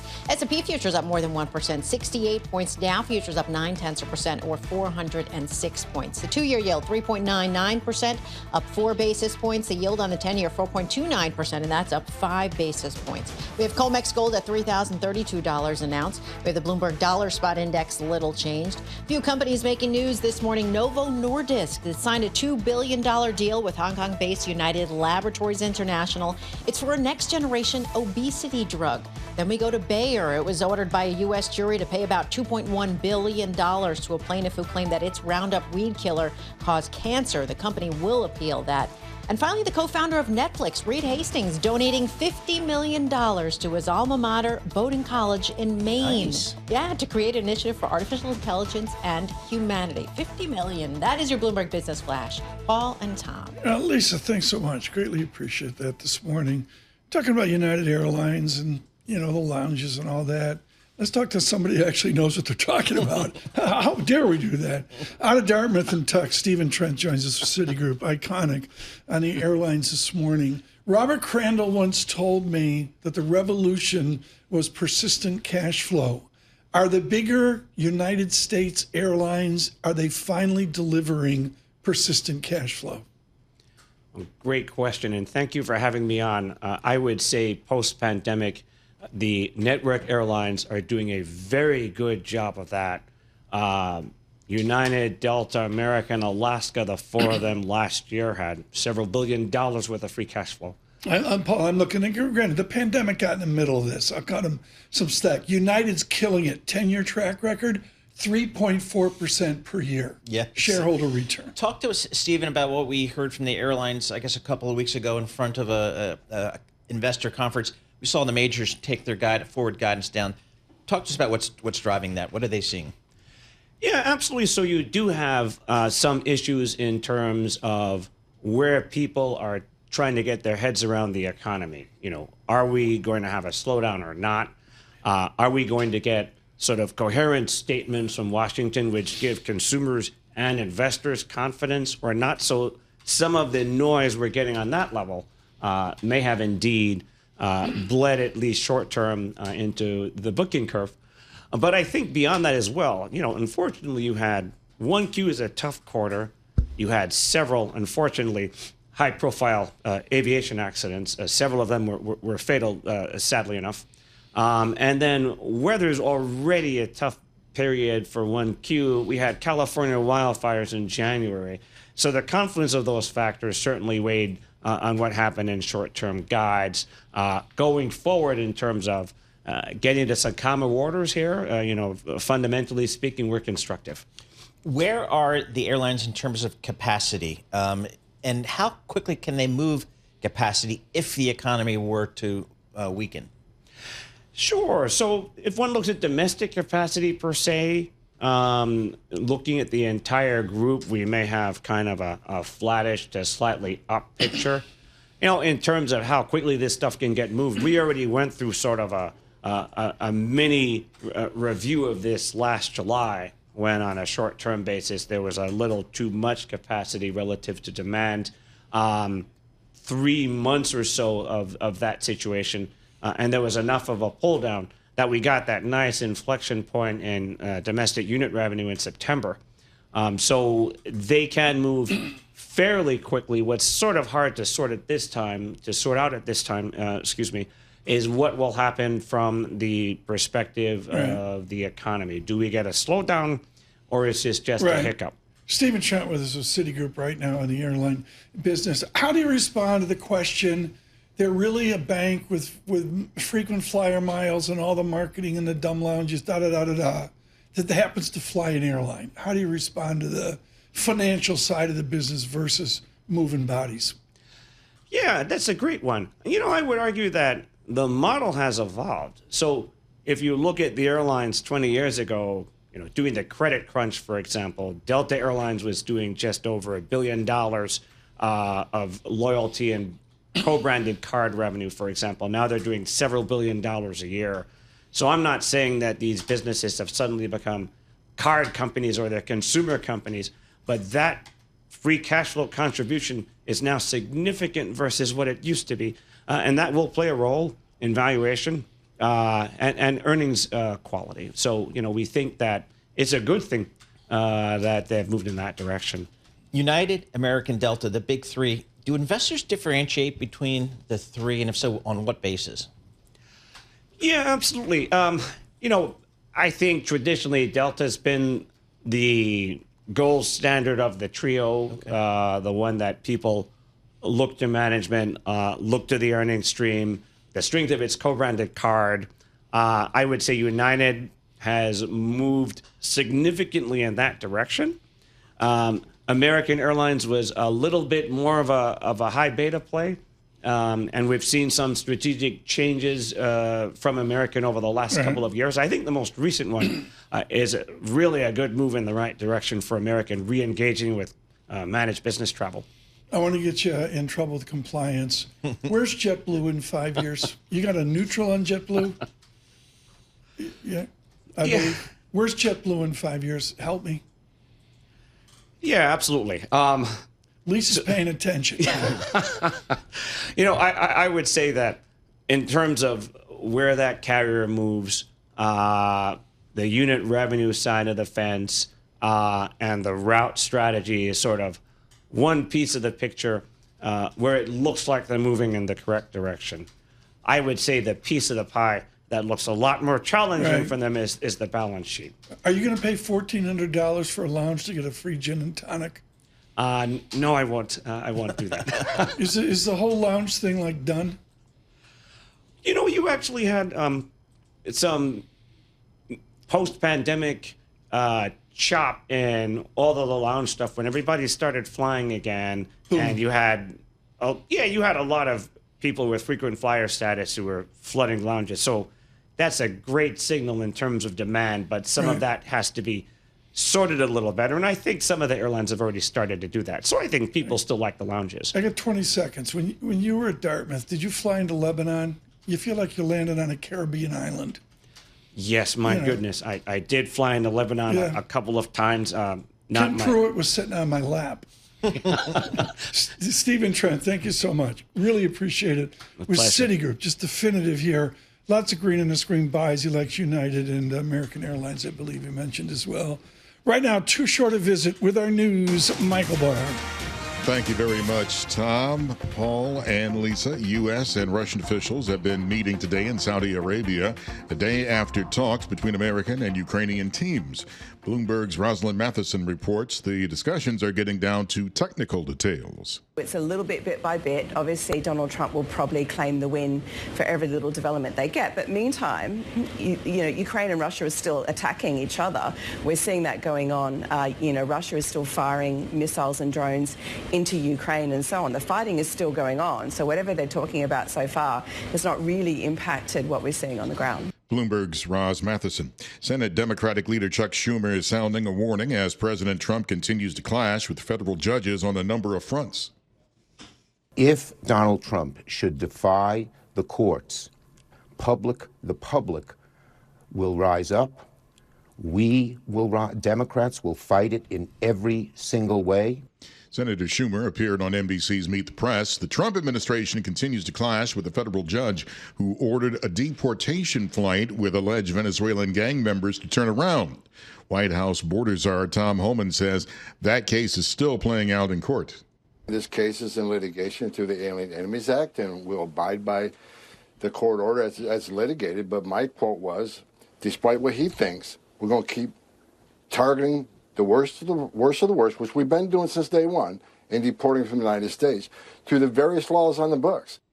White House border czar Tom Homan was a guest on ABC's This Week, and you can hear Meet the Press and This Week every Sunday on Bloomberg Radio. Global news 24 hours a day and whenever you want it with Bloomberg News Now. I'm Michael Barr, and this is Bloomberg. Tom, Paul, Lisa. Michael Barr, thanks so much. Bloomberg Surveillance, our news update with Michael Barr. Brought to you by IBKR Financial Advisors. Switch to interactive brokers for lowest cost global trading and turnkey custody solutions. No ticket charges, no conflicts of your interests at ibkr.com/RIA. Forget about the lounges. Paul, EWR. I love Terminal A. Yeah, it's fantastic. And now job. they're working on Terminal B. Yep. So they're doing good stuff there. So good kudos. morning, EWR. Yeah. From New York City, Bloomberg Surveillance. Good morning. And now the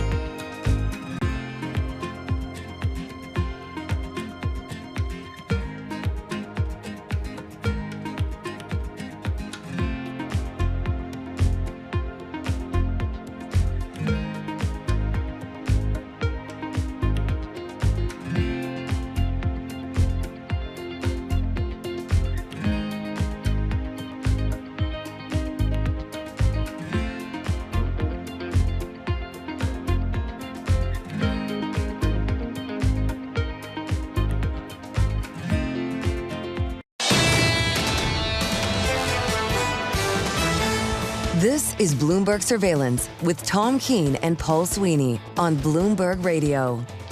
Good morning, everyone. Futures up 69 points, 1.2%. NASDAQ up 1.6% as well. Right now, let's take a look at some stocks. They're on the move today.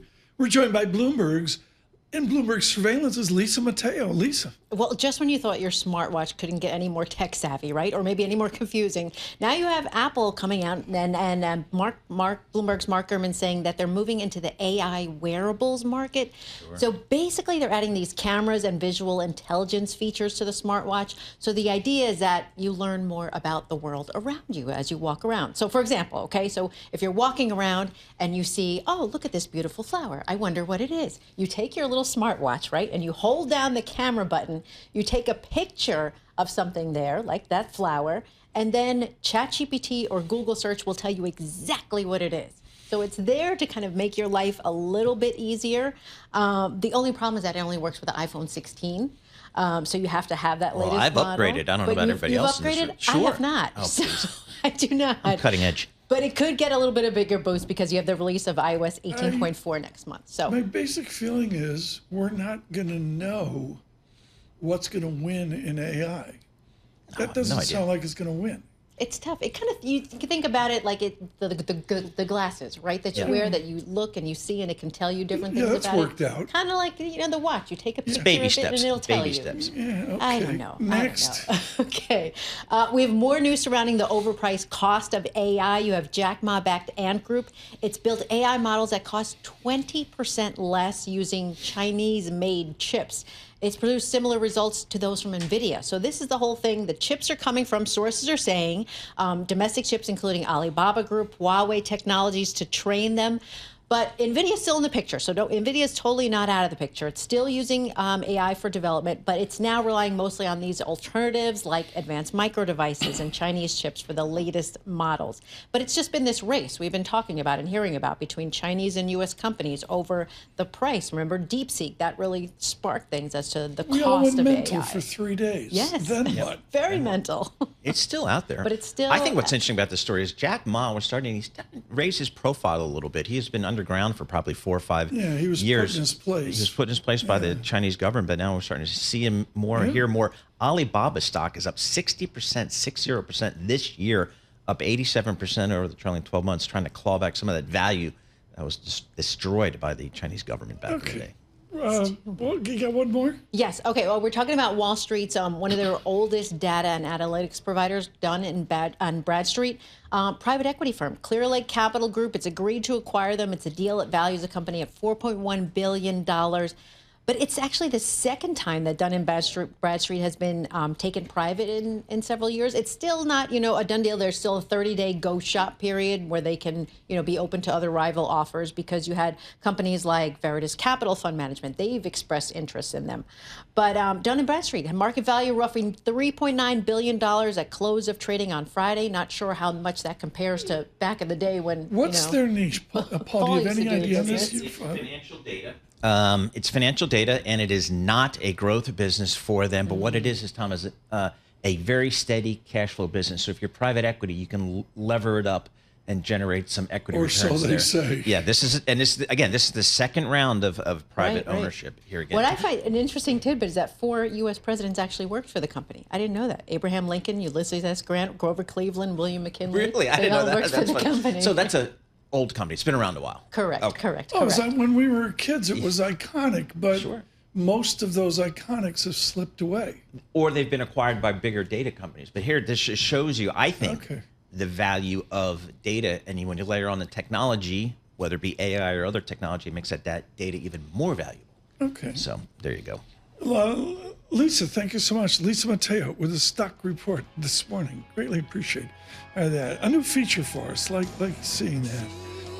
Futures up 68. The VIX under 19, 18.87. We need some Canadian music.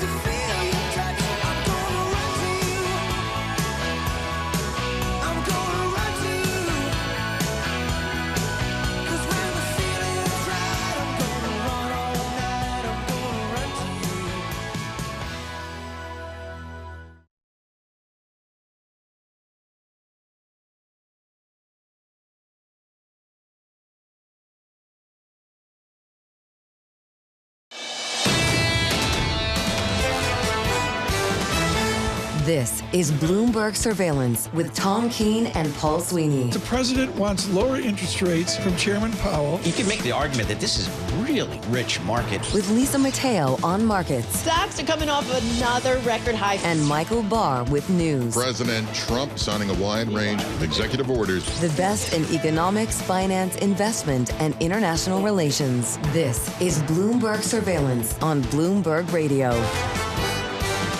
Good morning, everyone. Tom Keene, Paul Sweeney, Michael Barr, Lisa Mateo. He should have been Secretary of Treasury. I'm sorry, he was shortlisted. Exactly. Coming up, Joseph Lavorgna will be with us with SMBC Nikko Securities here on American economics and the debate forward of what we see as well. Part of that, and it folds right into where we are in the markets this morning, Paul. Up on, tariffs may not be all that onerous. Yeah, that's some of the speculation. Again, it's a news-driven marketplace here, waiting for maybe April 2nd will be a key date for some of this marketplace to try to get a little bit sense of where this economy is going. So wasn't there March higher 14th? Today. I don't know. And there was April 2nd. April 2nd is what everybody's telling me to focus on. Those are the reciprocal tariffs. Don't get confused with the other ones. These are the reciprocal ones. So we'll see how that plays out. Dollar churning here this morning. Yields are higher. The 10-year real yield I haven't even discussed. 1.94%, really leg lower. It's come back a little bit, but I'm going to call it a correlated lift to the market this morning. Let's correlate over to our Bloomberg Business Flash from the Interactive Broker Studios. Lisa Mateo. Let's do it. We've got futures advancing, hopes of more targeted U.S. tariffs. We'll start with NASDAQ futures, up 1.5%, 313 points. S&P futures up more than 1%, 68 points. Dow futures up 0.9%, 408 points. We have the 2-year yield, 3.99%. That's up 4 basis points. The yield on the 10-year, 4.29%, and that's up 4 basis points. The Bloomberg Dollar Spot Index is little change. We have Bitcoin up about 2.5% at just over 87,000. Tesla leading the Mag 7 stocks before the bell. Its shares are up 4%. Meanwhile, Tesla competitor BYD, it topped $1 billion in sales last year, beating Tesla for the first time since 2018. Its shares up 3% in Hong Kong. Then we go to Hyundai. It's expected to announce a $20 billion U.S. investment at the White House today. That's alongside President Trump. It's according to CNBC. Its shares are up 3% in Hong Kong. That is your Bloomberg Business Flash. Paul and Tom. Lisa, thanks so much. Joining us right now with SMBC Nikko Securities, Joe Lavorgna. For years on Wall Street, always with a vibrant message. Let's get the administration work basic. You were in the first Trump administration. Are you affiliated with the second Trump administration? No. I do know the Treasury Secretary. I think is doing a great job, and you made a joke. He was perfect. That wasn't on any list. But my boss was Larry Kudlow. So Larry created a role for me in National Economic Council. That was Trump 1.0. So now I'm in the private sector. Larry Kudlow and I are on the same page. This goes back to Wayne Angel, that nominal GDP really matters. Top line current GDP. Has this administration, with the chaos, whether Republican or Democrat, have they dampened the animal spirit? Have they dampened Kudlow's nominal GDP? No, Tom. And I would argue that I'm going to give a counter narrative. And maybe it's that the chaos and confusion, which is the conventional wisdom, for now is actually not a bug of the system, but rather is a design so as to keep trading partners offside. If it continues, obviously, the full year, that's a problem. But I would say that what worries me much more on the uncertainty side is, what are we doing with tax policy? Because if we look at the uncertainty index, what we see is concerns about taxes are sky high. So we need the Congress to figure out, are these tax cuts getting extended? Are they not? Are there additional tax cuts? How might we pay for them? And that, to me, is a bigger concern for the economy and what it means for CapEx, ultimately growth, and then nominal activity. It seems like every company conference call I listen to, every guest we have in here, we have roughly 25 a day, don't cite tax policy. We have how many guests? They say the uncertainty, when you do 5 hours, you get a lot. The 25 uncertainty guests just you have? introduced into the system has simply been, we just don't know where the tariff policy is going to be. You tell us where the roadmap is. Companies will adjust. Tom likes to say that companies adjust. Investors will adjust. It just gives a little bit of a sense here. So we understand the chaos from a negotiating perspective. That's fine. That is a strategy. But boy, it seems like the market's really craving certainty around it does. Tariffs. And I remember reading a book way back when by Michael Jensen, Harvard Business Review, and talked about the short-termism of U.S. corporate America. And Maybe there's a little bit of that now where people want certainty. They're not going to get it. But also, CEOs tend to be pretty opportunistic, and you're buying a free option. So if anything goes wrong, and by the way, the economy, we could debate about the economic outlook. You could just blame whatever is convenient. So there's probably part of that. If you look at the small business side that generates 40% of the jobs, their numbers look great. So I'm going to push back a little bit on that. Let's see how we go after April 2nd and what happens as we move toward June. Are you modeling sub 2% real GDP? We weren't doing that pre-election, were we? So here's the thing, Tom. I don't like the first quarter numbers. They're going to look soft because the expenditure which side... Which has happened before. To cut some slack. That's not unusual. But what's really bizarre is that if you look at like real income, at least through January, it's up almost 3%. So you have like the expenditure side from Atlanta Fed down about 2%. And you got this huge increase on the real income side because job growth is still positive. I'm not sure how to square the circle. Right now, yes, it does look like GDP will be on the lower side than the higher side. You're supposed to mark your numbers down for the year. But having done this for a while, we also know that you could drive a truck through the first and last estimates of GDP. Fair. But, you know, given trickle-down economics, where's the Gini coefficient of the United States? I mean, is this an administration governing with a presumed tax cut for the haves against half of America flat on their back? Yeah, so this is where I would say that where the Tax Cuts and Jobs Act, TICJA, which, by the way, President Trump wanted to call it the Cut Act. TICJA. So I like the former more. But anyway, but if you look at the data through the pandemic, and Kevin Hassett, our current head of NEC, Larry's old job, had done some nice work on this as well. But if you look at the income by quintile, the mid to lower ends in relative terms did extraordinarily well under Trump 1.0. And in terms of real median income was up about $6,000 in those first 3 years. And that was about 5 to 6 times what it had been in the prior 16 years with both Democrats and Republicans. So if the tax cuts, my opinion is the tax cuts are extended, you'll get that blue-collar boom that Larry, my old boss, talked about, and I'm optimistic we'll have good wage growth. But we'll see what happens. We need to get this done. I mean, judging just from your sources, people you talk to, do you think that tax cut will be extended? I do think it's extended. So one of the things I thought was interesting is when Speaker Johnson got that budget blueprint through, I thought that was a big deal because that told me we're going to get the CR. Right. So the fact we didn't shut the government, I think it was smart that Chuck Schumer kept the government open because that would have delayed things another several weeks. Depends is can we get a bill in place sometime maybe before June that it could be signed mid-year. That would make me more optimistic that we'll get good growth. If we're waiting, and I think, by the way, we'll get the tax bill done, but if it happens in December, I'm going to lower my GDP numbers. Joe Lavorgna with us. Joseph Lavorgna, SMBC Nikko Securities, an extended conversation this morning. Good morning on your commute across the nation. Good morning, 99.1 FM in Washington, 92.9 FM in Boston. Of course, good morning on YouTube. Subscribe to Bloomberg Podcast. Just stunned at the results there. Good morning to all of you. Good evening, I should say, in the Pacific Rim. Paul? Joe, from your perspective, what are the long-term gains that we may see in this economy for what may be some short-term pain? What are the long-term gains that you're looking for? It's clear that we can't sustain 6% budget deficits to GDP ratios. And you know, fortunately, who's ever party in power always blames the other side for not being a fiscal hawk. But it seems like we certainly need to do something on the spending side. And what I've highlighted to clients is if you look over the years, the GAO has done some interesting work about how we do have a lot of waste, abuse, and fraud in the system. The Pentagon's paying $600 for a hammer. There are massive cost overruns for the F-35. By the way, any politician typically wants something done that can never be touched. It goes under procurement because we could always argue it's national defense. So that spending doesn't get touched. But GAO had said that anywhere from 100 to 300 billion we could get rid of per annum. Now, I've heard people think Elon Musk gave a higher number. I don't know if that could be the case, but at least the older stuff said, look, if it's 100 to 300 per year, over 10 years, it's 1 to 3 trillion. So that to me is meaningful, but we'll see. I'd like to, again, this comes back to the budget because I want things that are legislated because if it's legislated, you can't undo it every 4 years. But this administration has quieted the legislature, right? I mean, the legislature's out of play. Well, right now we got an executive branch and a judiciary chasing after them. That's right, Tom, and that's why we kind of need to figure out, okay, we haven't really legislated a lot. We've done a lot of executive order. That's why I'm relying may not be the right word, but I'm assuming that there's going to be something codified in law in the House. Okay, totally. Lavorgna driving the market higher now. Futures up 70. Joe Lavorgna, and this is totally unfair to you because you're not at 1600 Pennsylvania or those environs right now. You say we need a tax cut. Brilliant. Who listening or watching says we don't need a tax cut? The line is tariffs will pay for it.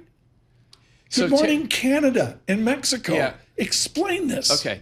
So I'm making the assumption there will be some minimal level of tariff. Fair. And, okay. And I don't know what the numbers are going to be. Hopefully we'll know a little bit more April 2nd. My gut is that it'll extend a little bit further than there. We'll get some clarity, but not everything we want. Again, I don't know what they're doing in terms of the tax cuts, the spending cuts, and I don't know what the tariffs will be. I mean, there's roughly $3 trillion of imports, so a 10% tariff, in theory, could raise $300 billion, at least in the early years. But I don't know what they're going to do with that. Is that going to? It's certainly not going to be legislated in all likelihood. But is there a tariff? What is it? How many spending cuts are actually implemented? And how does the economy perform? Have you seen legit work on this from Yale Budget Lab or CBO or from the Dr. CBO? Hassett? Well, let me say this.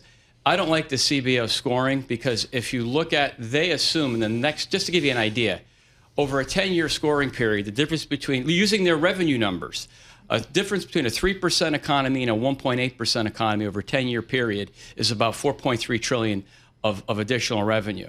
So this notion CBO is going along this current law versus baseline, to me, is a big problem. And you're going to get a huge tax hike next year if it's not extended. To assume then your revenue share of GDP is going to go up, I think, is totally misplaced. So there's a lot of things that are going on, but I think the scoring has been woefully inadequate. But again, Tom, until we see what's in these bills, I'm just speculating. I want to see actually what happens, then I'll make a judgment call at that point. The most recent University of Michigan survey was disappointing to the marketplace in the sense that it reflected slower growth outlook and higher inflation outlook. How concerned are you about inflation moving higher, whether it's driven by tariffs or not? What is your inflation call? So the inflation is long. What I am optimistic is you are seeing money supply, and it's hard to measure totally broad credit creation. A lot of credit now is outside the public markets or in the private credit markets. Yep. M2 growth has slowed. You are seeing wage growth moderate, although I'm not a big proponent that wages drive inflation. Gas prices are dropping in some parts of the country. The energy side, to me, is going to be very important. And if the administration is successful, and I think they will be, but they need, one of my assumptions, they need gasoline and oil prices down, because you could lose about a point on inflation, headline and core, if oil goes back to 60 or slightly below. So we need that. So that's how I see things shaping up. What do you say to people who say tariffs are a tax on the consumer? So what I would say is when you go through just the simple math of what President Trump had said last year, 10% across the board, 60% on China, you got like a 9/10 increase in the price level, assuming everything was passed through, which history suggests it's not. Some will be absorbed in the margin, some will be absorbed in the exchange rate. But I would say to people, look, if you're having to pay a one-off higher price for a good, but if you're a blue-collar worker, you have no tax on tips, no tax on overtime, which, by the way, those are supply-side factors, and you're paying no tax on Social Security benefits, and we're also having the benefit of low marginal rates and low corporate rates. That, to me, is a great trade-off, because ultimately, in my opinion, it will drive long-term productivity growth through capital expenditure. Thank you so much out on YouTube for this idea of what our government does, and I adored him. Admiral Zumwalt was one of my heroes a million years ago. So we spent $24 billion or whatever, $9 billion of research costs on the Zumwalt destroyer. We went from X amount down to 7. It cost so much, it was a failure. Now we're back to Arleigh Burke. I think Stavridis would say that's a good thing. Only 14% of the budget is controllable. What would be the proper response of the parties against President Trump? Do you see a cogent response to the Trump economics? I'm not sure. Are you asking a question on the spending? I'm confused on the question. It could be either. I'm confused on the moment as well. The confusion here is I don't see a cogent debate about our fiscal policy over into what it means for our families' investment policies as well. Where's this debate in 3 months or 6 months? So let me just sidetrack for a minute. Let's just talk about Trumponomics. So what I see is, this isn't exactly what you asked, but at least we'll talk about the economic policy, is What I see is a desire and intent to re-engineer, reindustrialize the U.S. manufacturing base. And a tariff is a necessary but not sufficient criterion to try to do that. Fair. In addition to low corporate rates on domestic production, cheap and abundant energy, because it's very key to produce things. Germany is basically isn't cost efficient anymore. If you exclude the pandemic production, their industrial production is back to what it was in 2010. Right. And then, of course, you need business-friendly regulation. Permitting process, I think, needs to change a bit. Even I think the other side can agree on that. So that would kind of encourage capital to come into the U.S.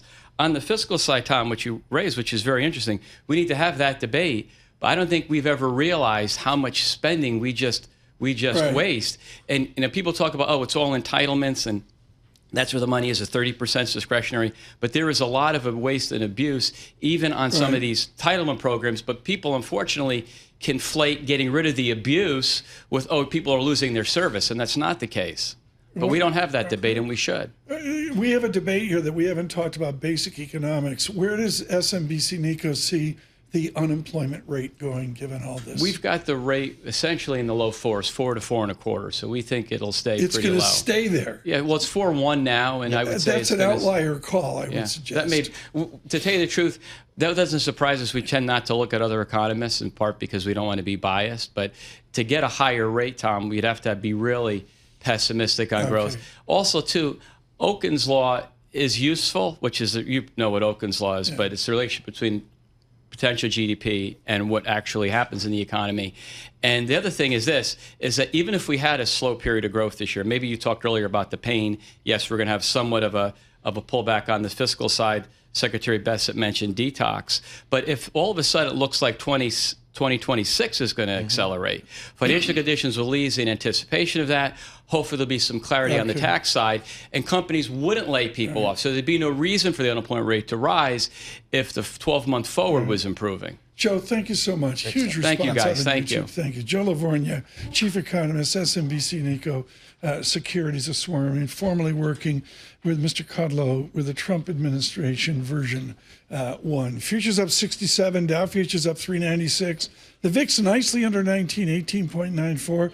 I'm going to call it a coordinated lift this morning. Even Bitcoin, 87,000, gets back from that 79,000 level. Gold up $11, $3,032 the ounce. With our news in New York City, Michael Barr. Thank you very much, Tom, Paul, Lisa. Negotiators from the United States and Russia are meeting in Saudi Arabia today to discuss issues that could lead to an agreement to stop the war in Ukraine.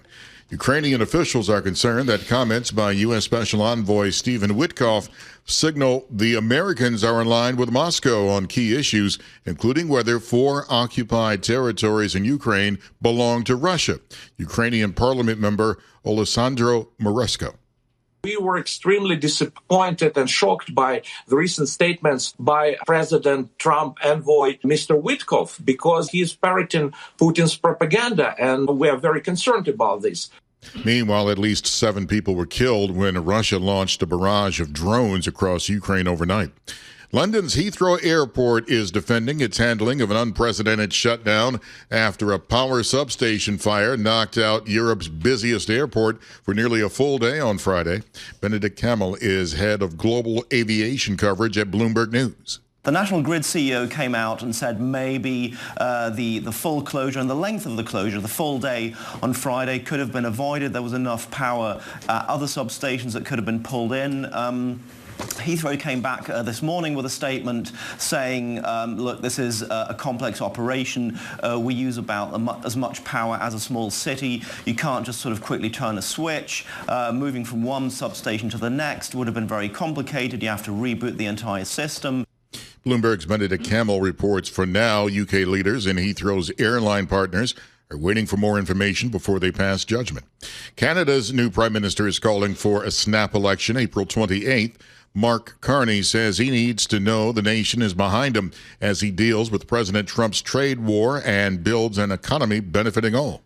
Global news 24 hours a day and whenever you want it with Bloomberg News Now. I'm Michael Barr, and this is Bloomberg. Tom, Paul, Lisa. Michael Barr, thanks so much. Thank you for the comments on YouTube, fiery comments, both pro and con, Paul, there with Joe Lavorgna. Yeah, very reasonable voice. It is a huge debate. Yep.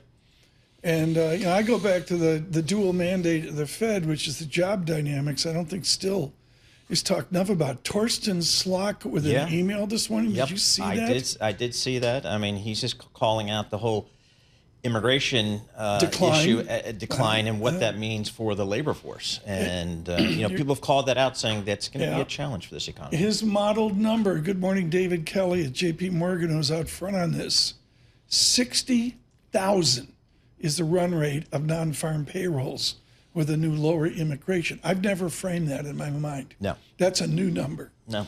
Can you imagine a 60,000 3-month in a row non-farm payrolls? Where did the illegal immigrants go? And I've seen this research. Oh, they stopped them. Agricultural and construction. Yeah. So I don't know how you. It started at the late Biden administration, and with a vengeance now, we see just a whole change at our borders on immigration. Futures up 68 from New York City on YouTube. Subscribe to Bloomberg Podcasts. This is Surveillance.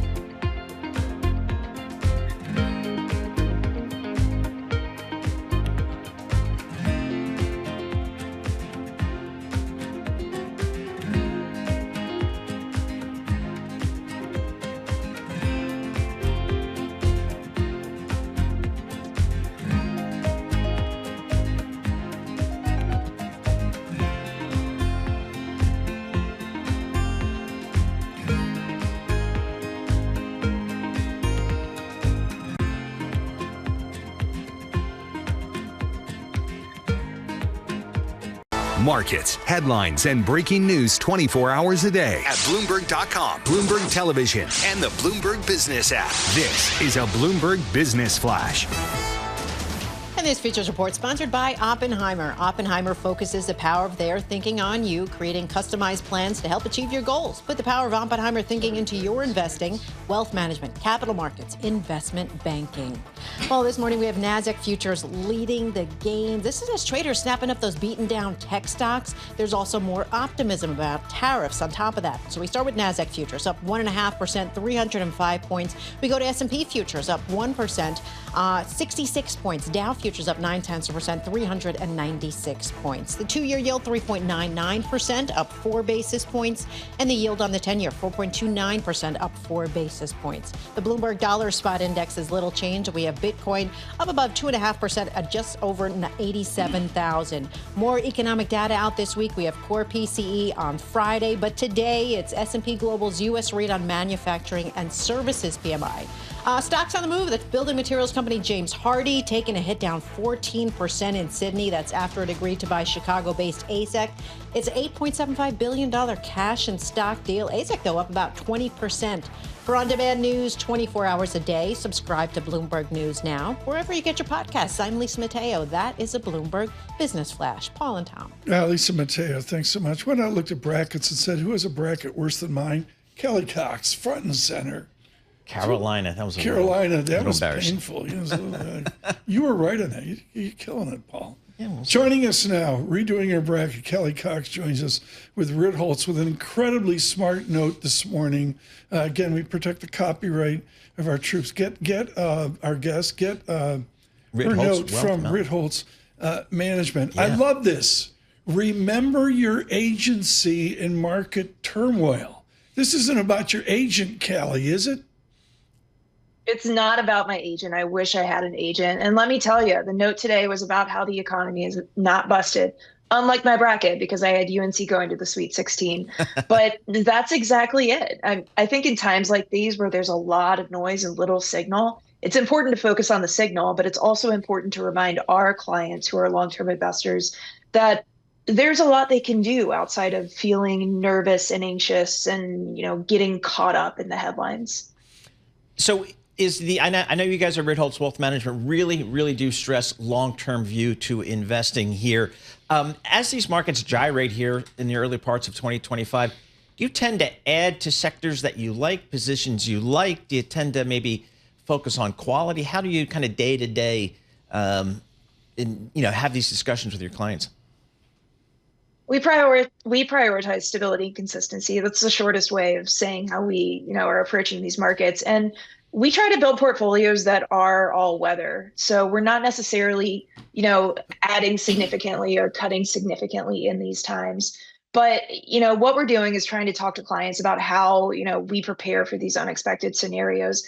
I think at this moment, if I had to point out something that I'd change, and of course I sit on a committee, so it's not just me. But, if there's something that has perked my interest right now, it's the fact that, we're seeing bonds react well in this environment to the market stress, but we're seeing the curve react a little bit differently than it has in past sell-offs. That's a really important nuance, folks. Paul and I noticed that coming in this morning with yields up, say, 4 basis points here with this move up, futures up 67. Kelly, an important point here, and it goes back to the unemployment rate where the Fed's modeling 4.4% out there somewhere. We've got other people modeling a higher unemployment. Joe Lavorgna, constructive on Trump economics, just modeled a low unemployment rate. Correlate the Ritholtz market move with the unemployment rate. Well, the unemployment rate is one of the most important metrics to watch if you're an investor, because it's really hard to have a recession unless the consumer stops spending. And when Americans are making money, they're spending money. I'm worried about where the job market could go from here. We've seen layoffs across the government. We've seen less hiring support because now government's out of the equation. American companies are under a lot of stress. But the unemployment rate is still quite low, and we haven't seen those layoffs come to the forefront.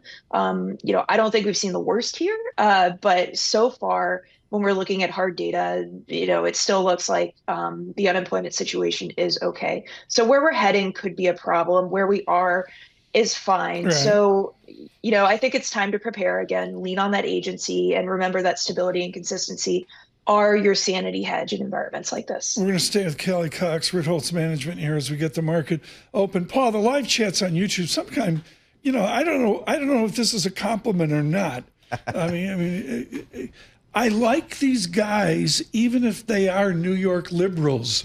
This is an informative broadcast. Exactly. Dami, thank you for that. Really appreciate those constructive comments.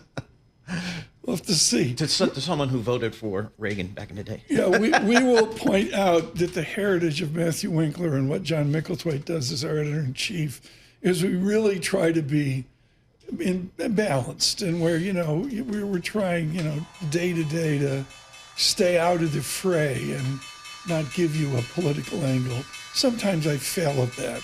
She never fails with the market opening. Lisa Mateo. And let's get right to it. We'll start with the S&P 500 up 1%, 60 points at 5,729. We go to the Dow up 0.8%, 348 points, 42,331. And finally over to the Nasdaq up nearly 1.5%, 261 points at 18,046. So a lift to the markets as we start the new trading week. We go to the 2-year yield, 3.98%, up 3 basis points. The yield on the 10-year, 4.28%, and that's up 4 basis points. Want to point out COMEX gold, $3,029 an ounce. We go to oil, Brent crude, $72 a barrel.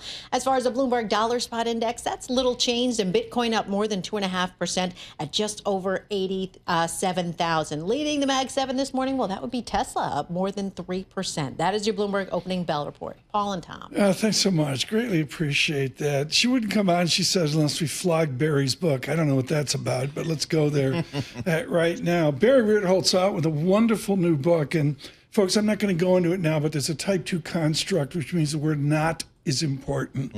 What Mr. Ritholtz says is how not to invest.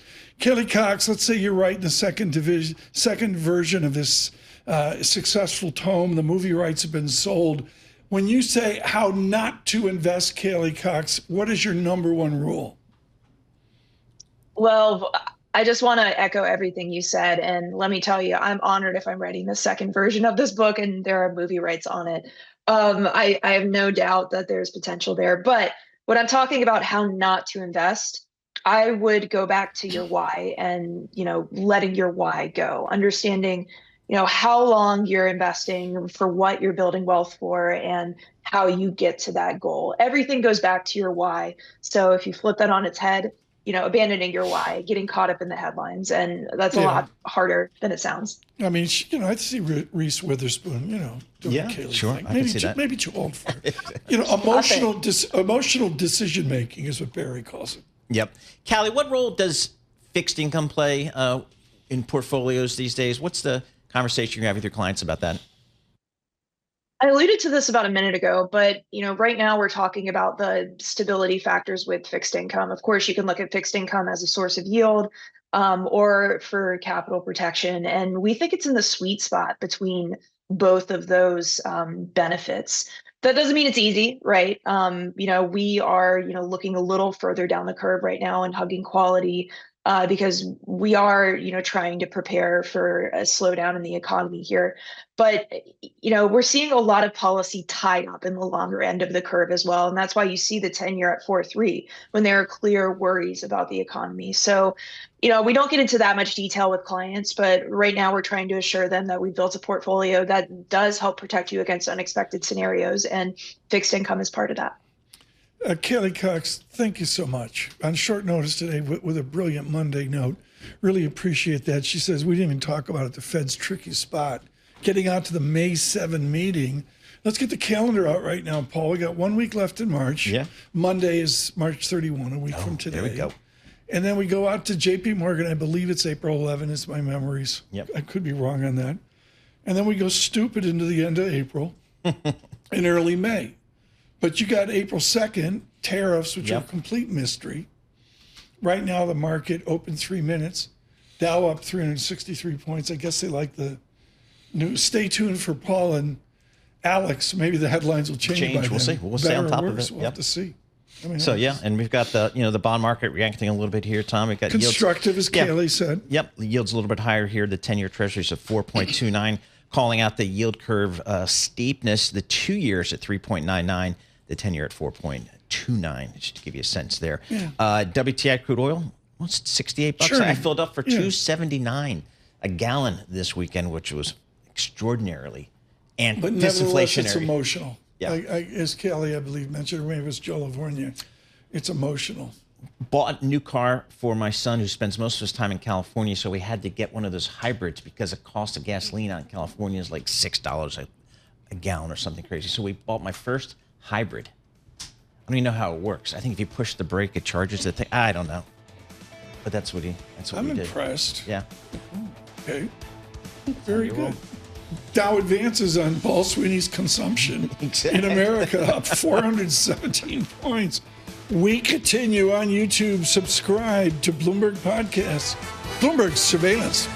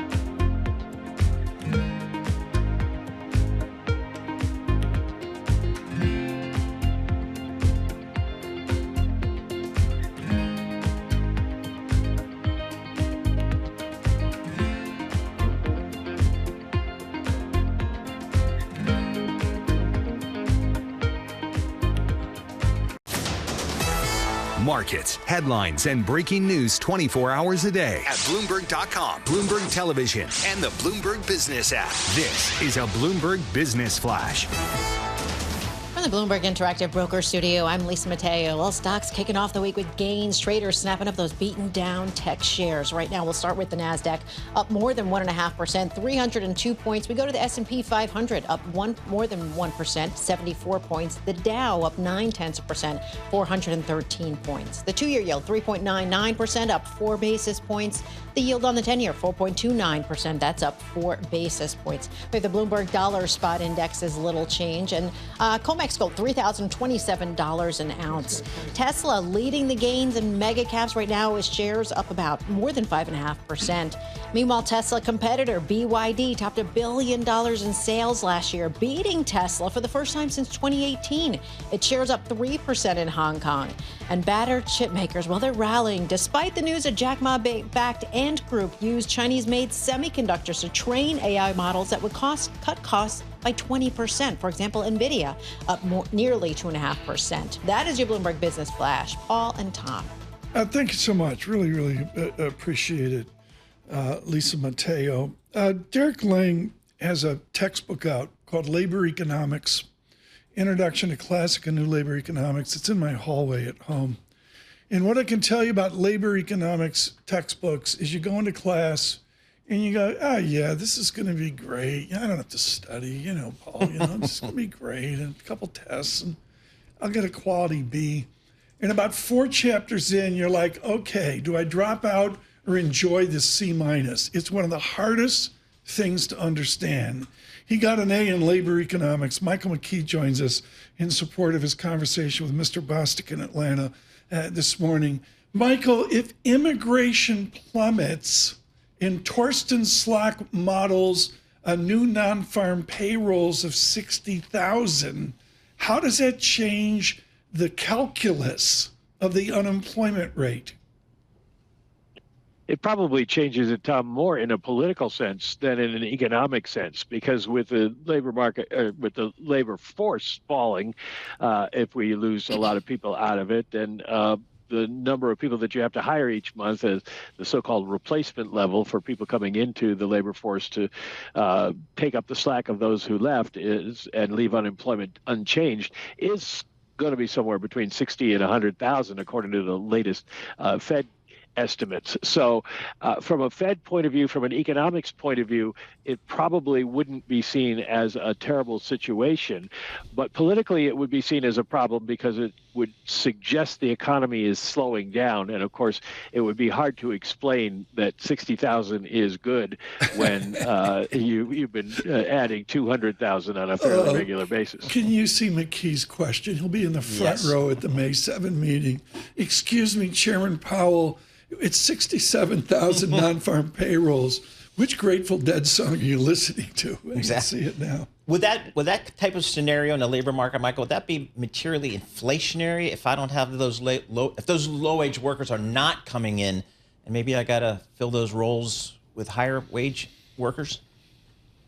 Well, that's economic theory, and it's one thing that people are worried about, and the Fed is going to keep an eye on. If you don't have the low-wage workers in, you're going to have two problems. One is maybe a shortage of goods, particularly in the agricultural sector, and that would lead to more imports, which would lead to higher prices.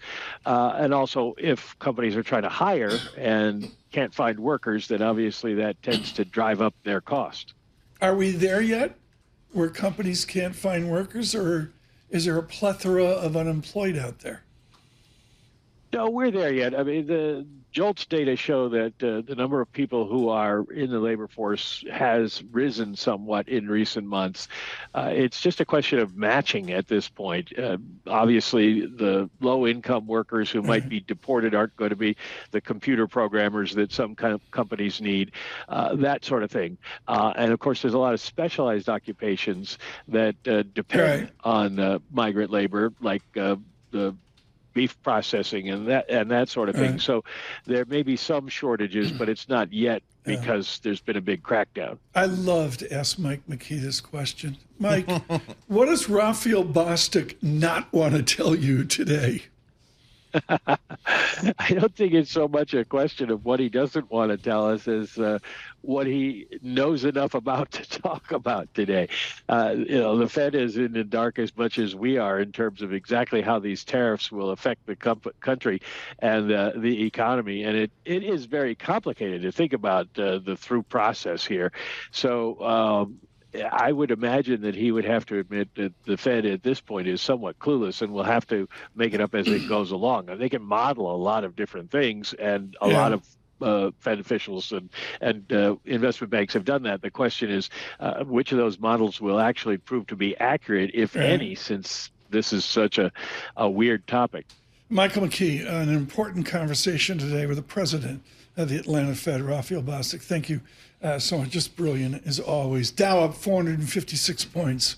With our news in New York City, Michael Barr. Thank you very much, Tom, Paul, Lisa. U.S. and Russian officials have been meeting today in Saudi Arabia, a day after talks between American and Ukrainian teams. Bloomberg's Rosalind Matheson reports the discussions are getting down to technical details.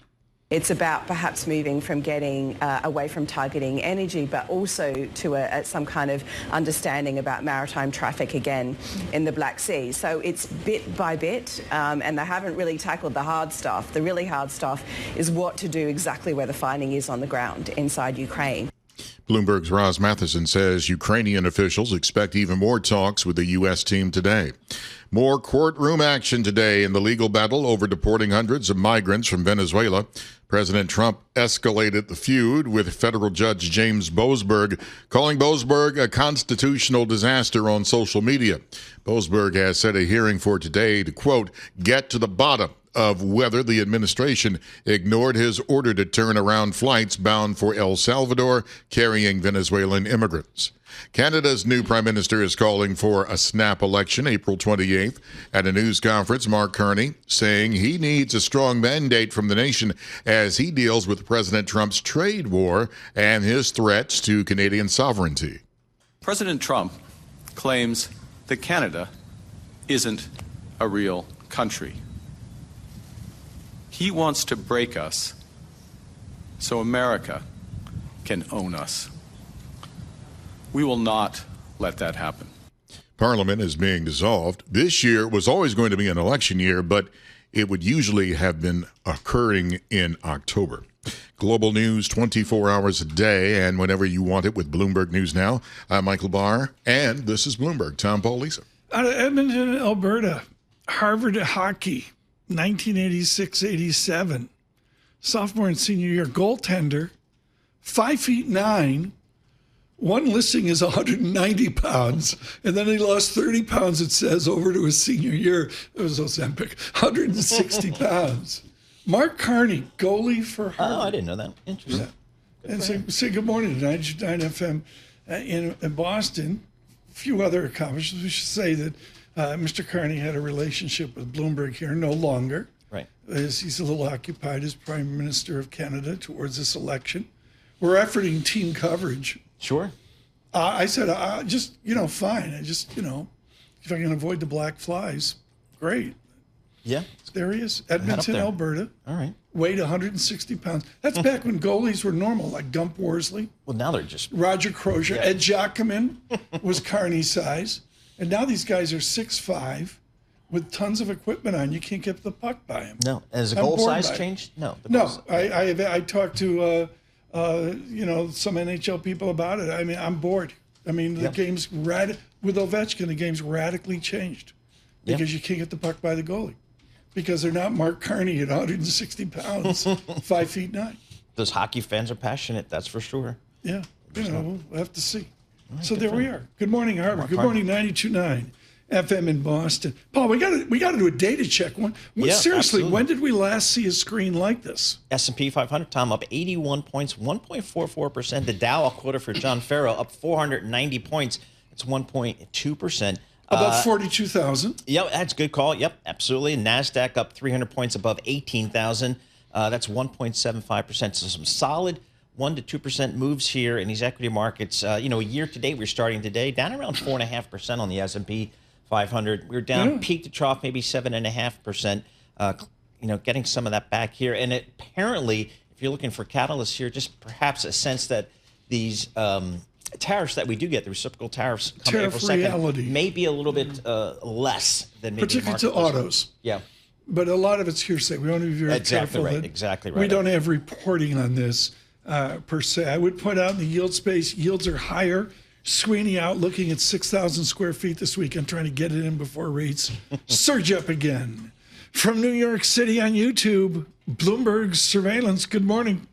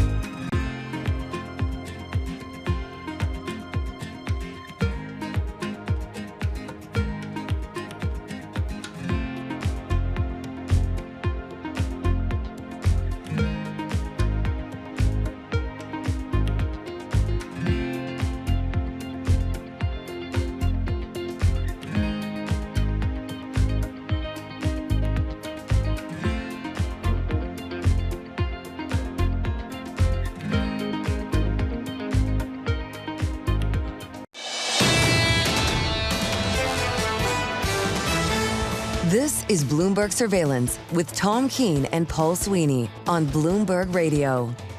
Good morning, everyone. Paul Sweeney and Tom Keene. Dow up 500 points. It's the only time Isabel Lee will walk in. She'll only come in when the Dow's up 500 points. VIX here moving 18.67 right now. A nice correlated lift to the market, something we haven't seen in a while. You have a home run essay today out, and a guy at Federated Hermes who has big tech-like returns, but he wasn't in big tech. Do I have that right? He's very underweight big tech, but he has some because he said you have to have a little bit because he calls it risk management. Can you believe it? That to own big tech now, it's risk management. I think we had a report from SPIVA, is that how you say it? SPIVA, S&P's arm, when they release reports, and active managers really always underperform. So what is his model here? What is his strategy? So he's a quant fund, but what makes him different is his decision tree analysis. So this is kind of like a learning algorithm. It's part of machine learning, but it dissects historic data to predict future stock performance. And each branch represents a factor like momentum, economic moat.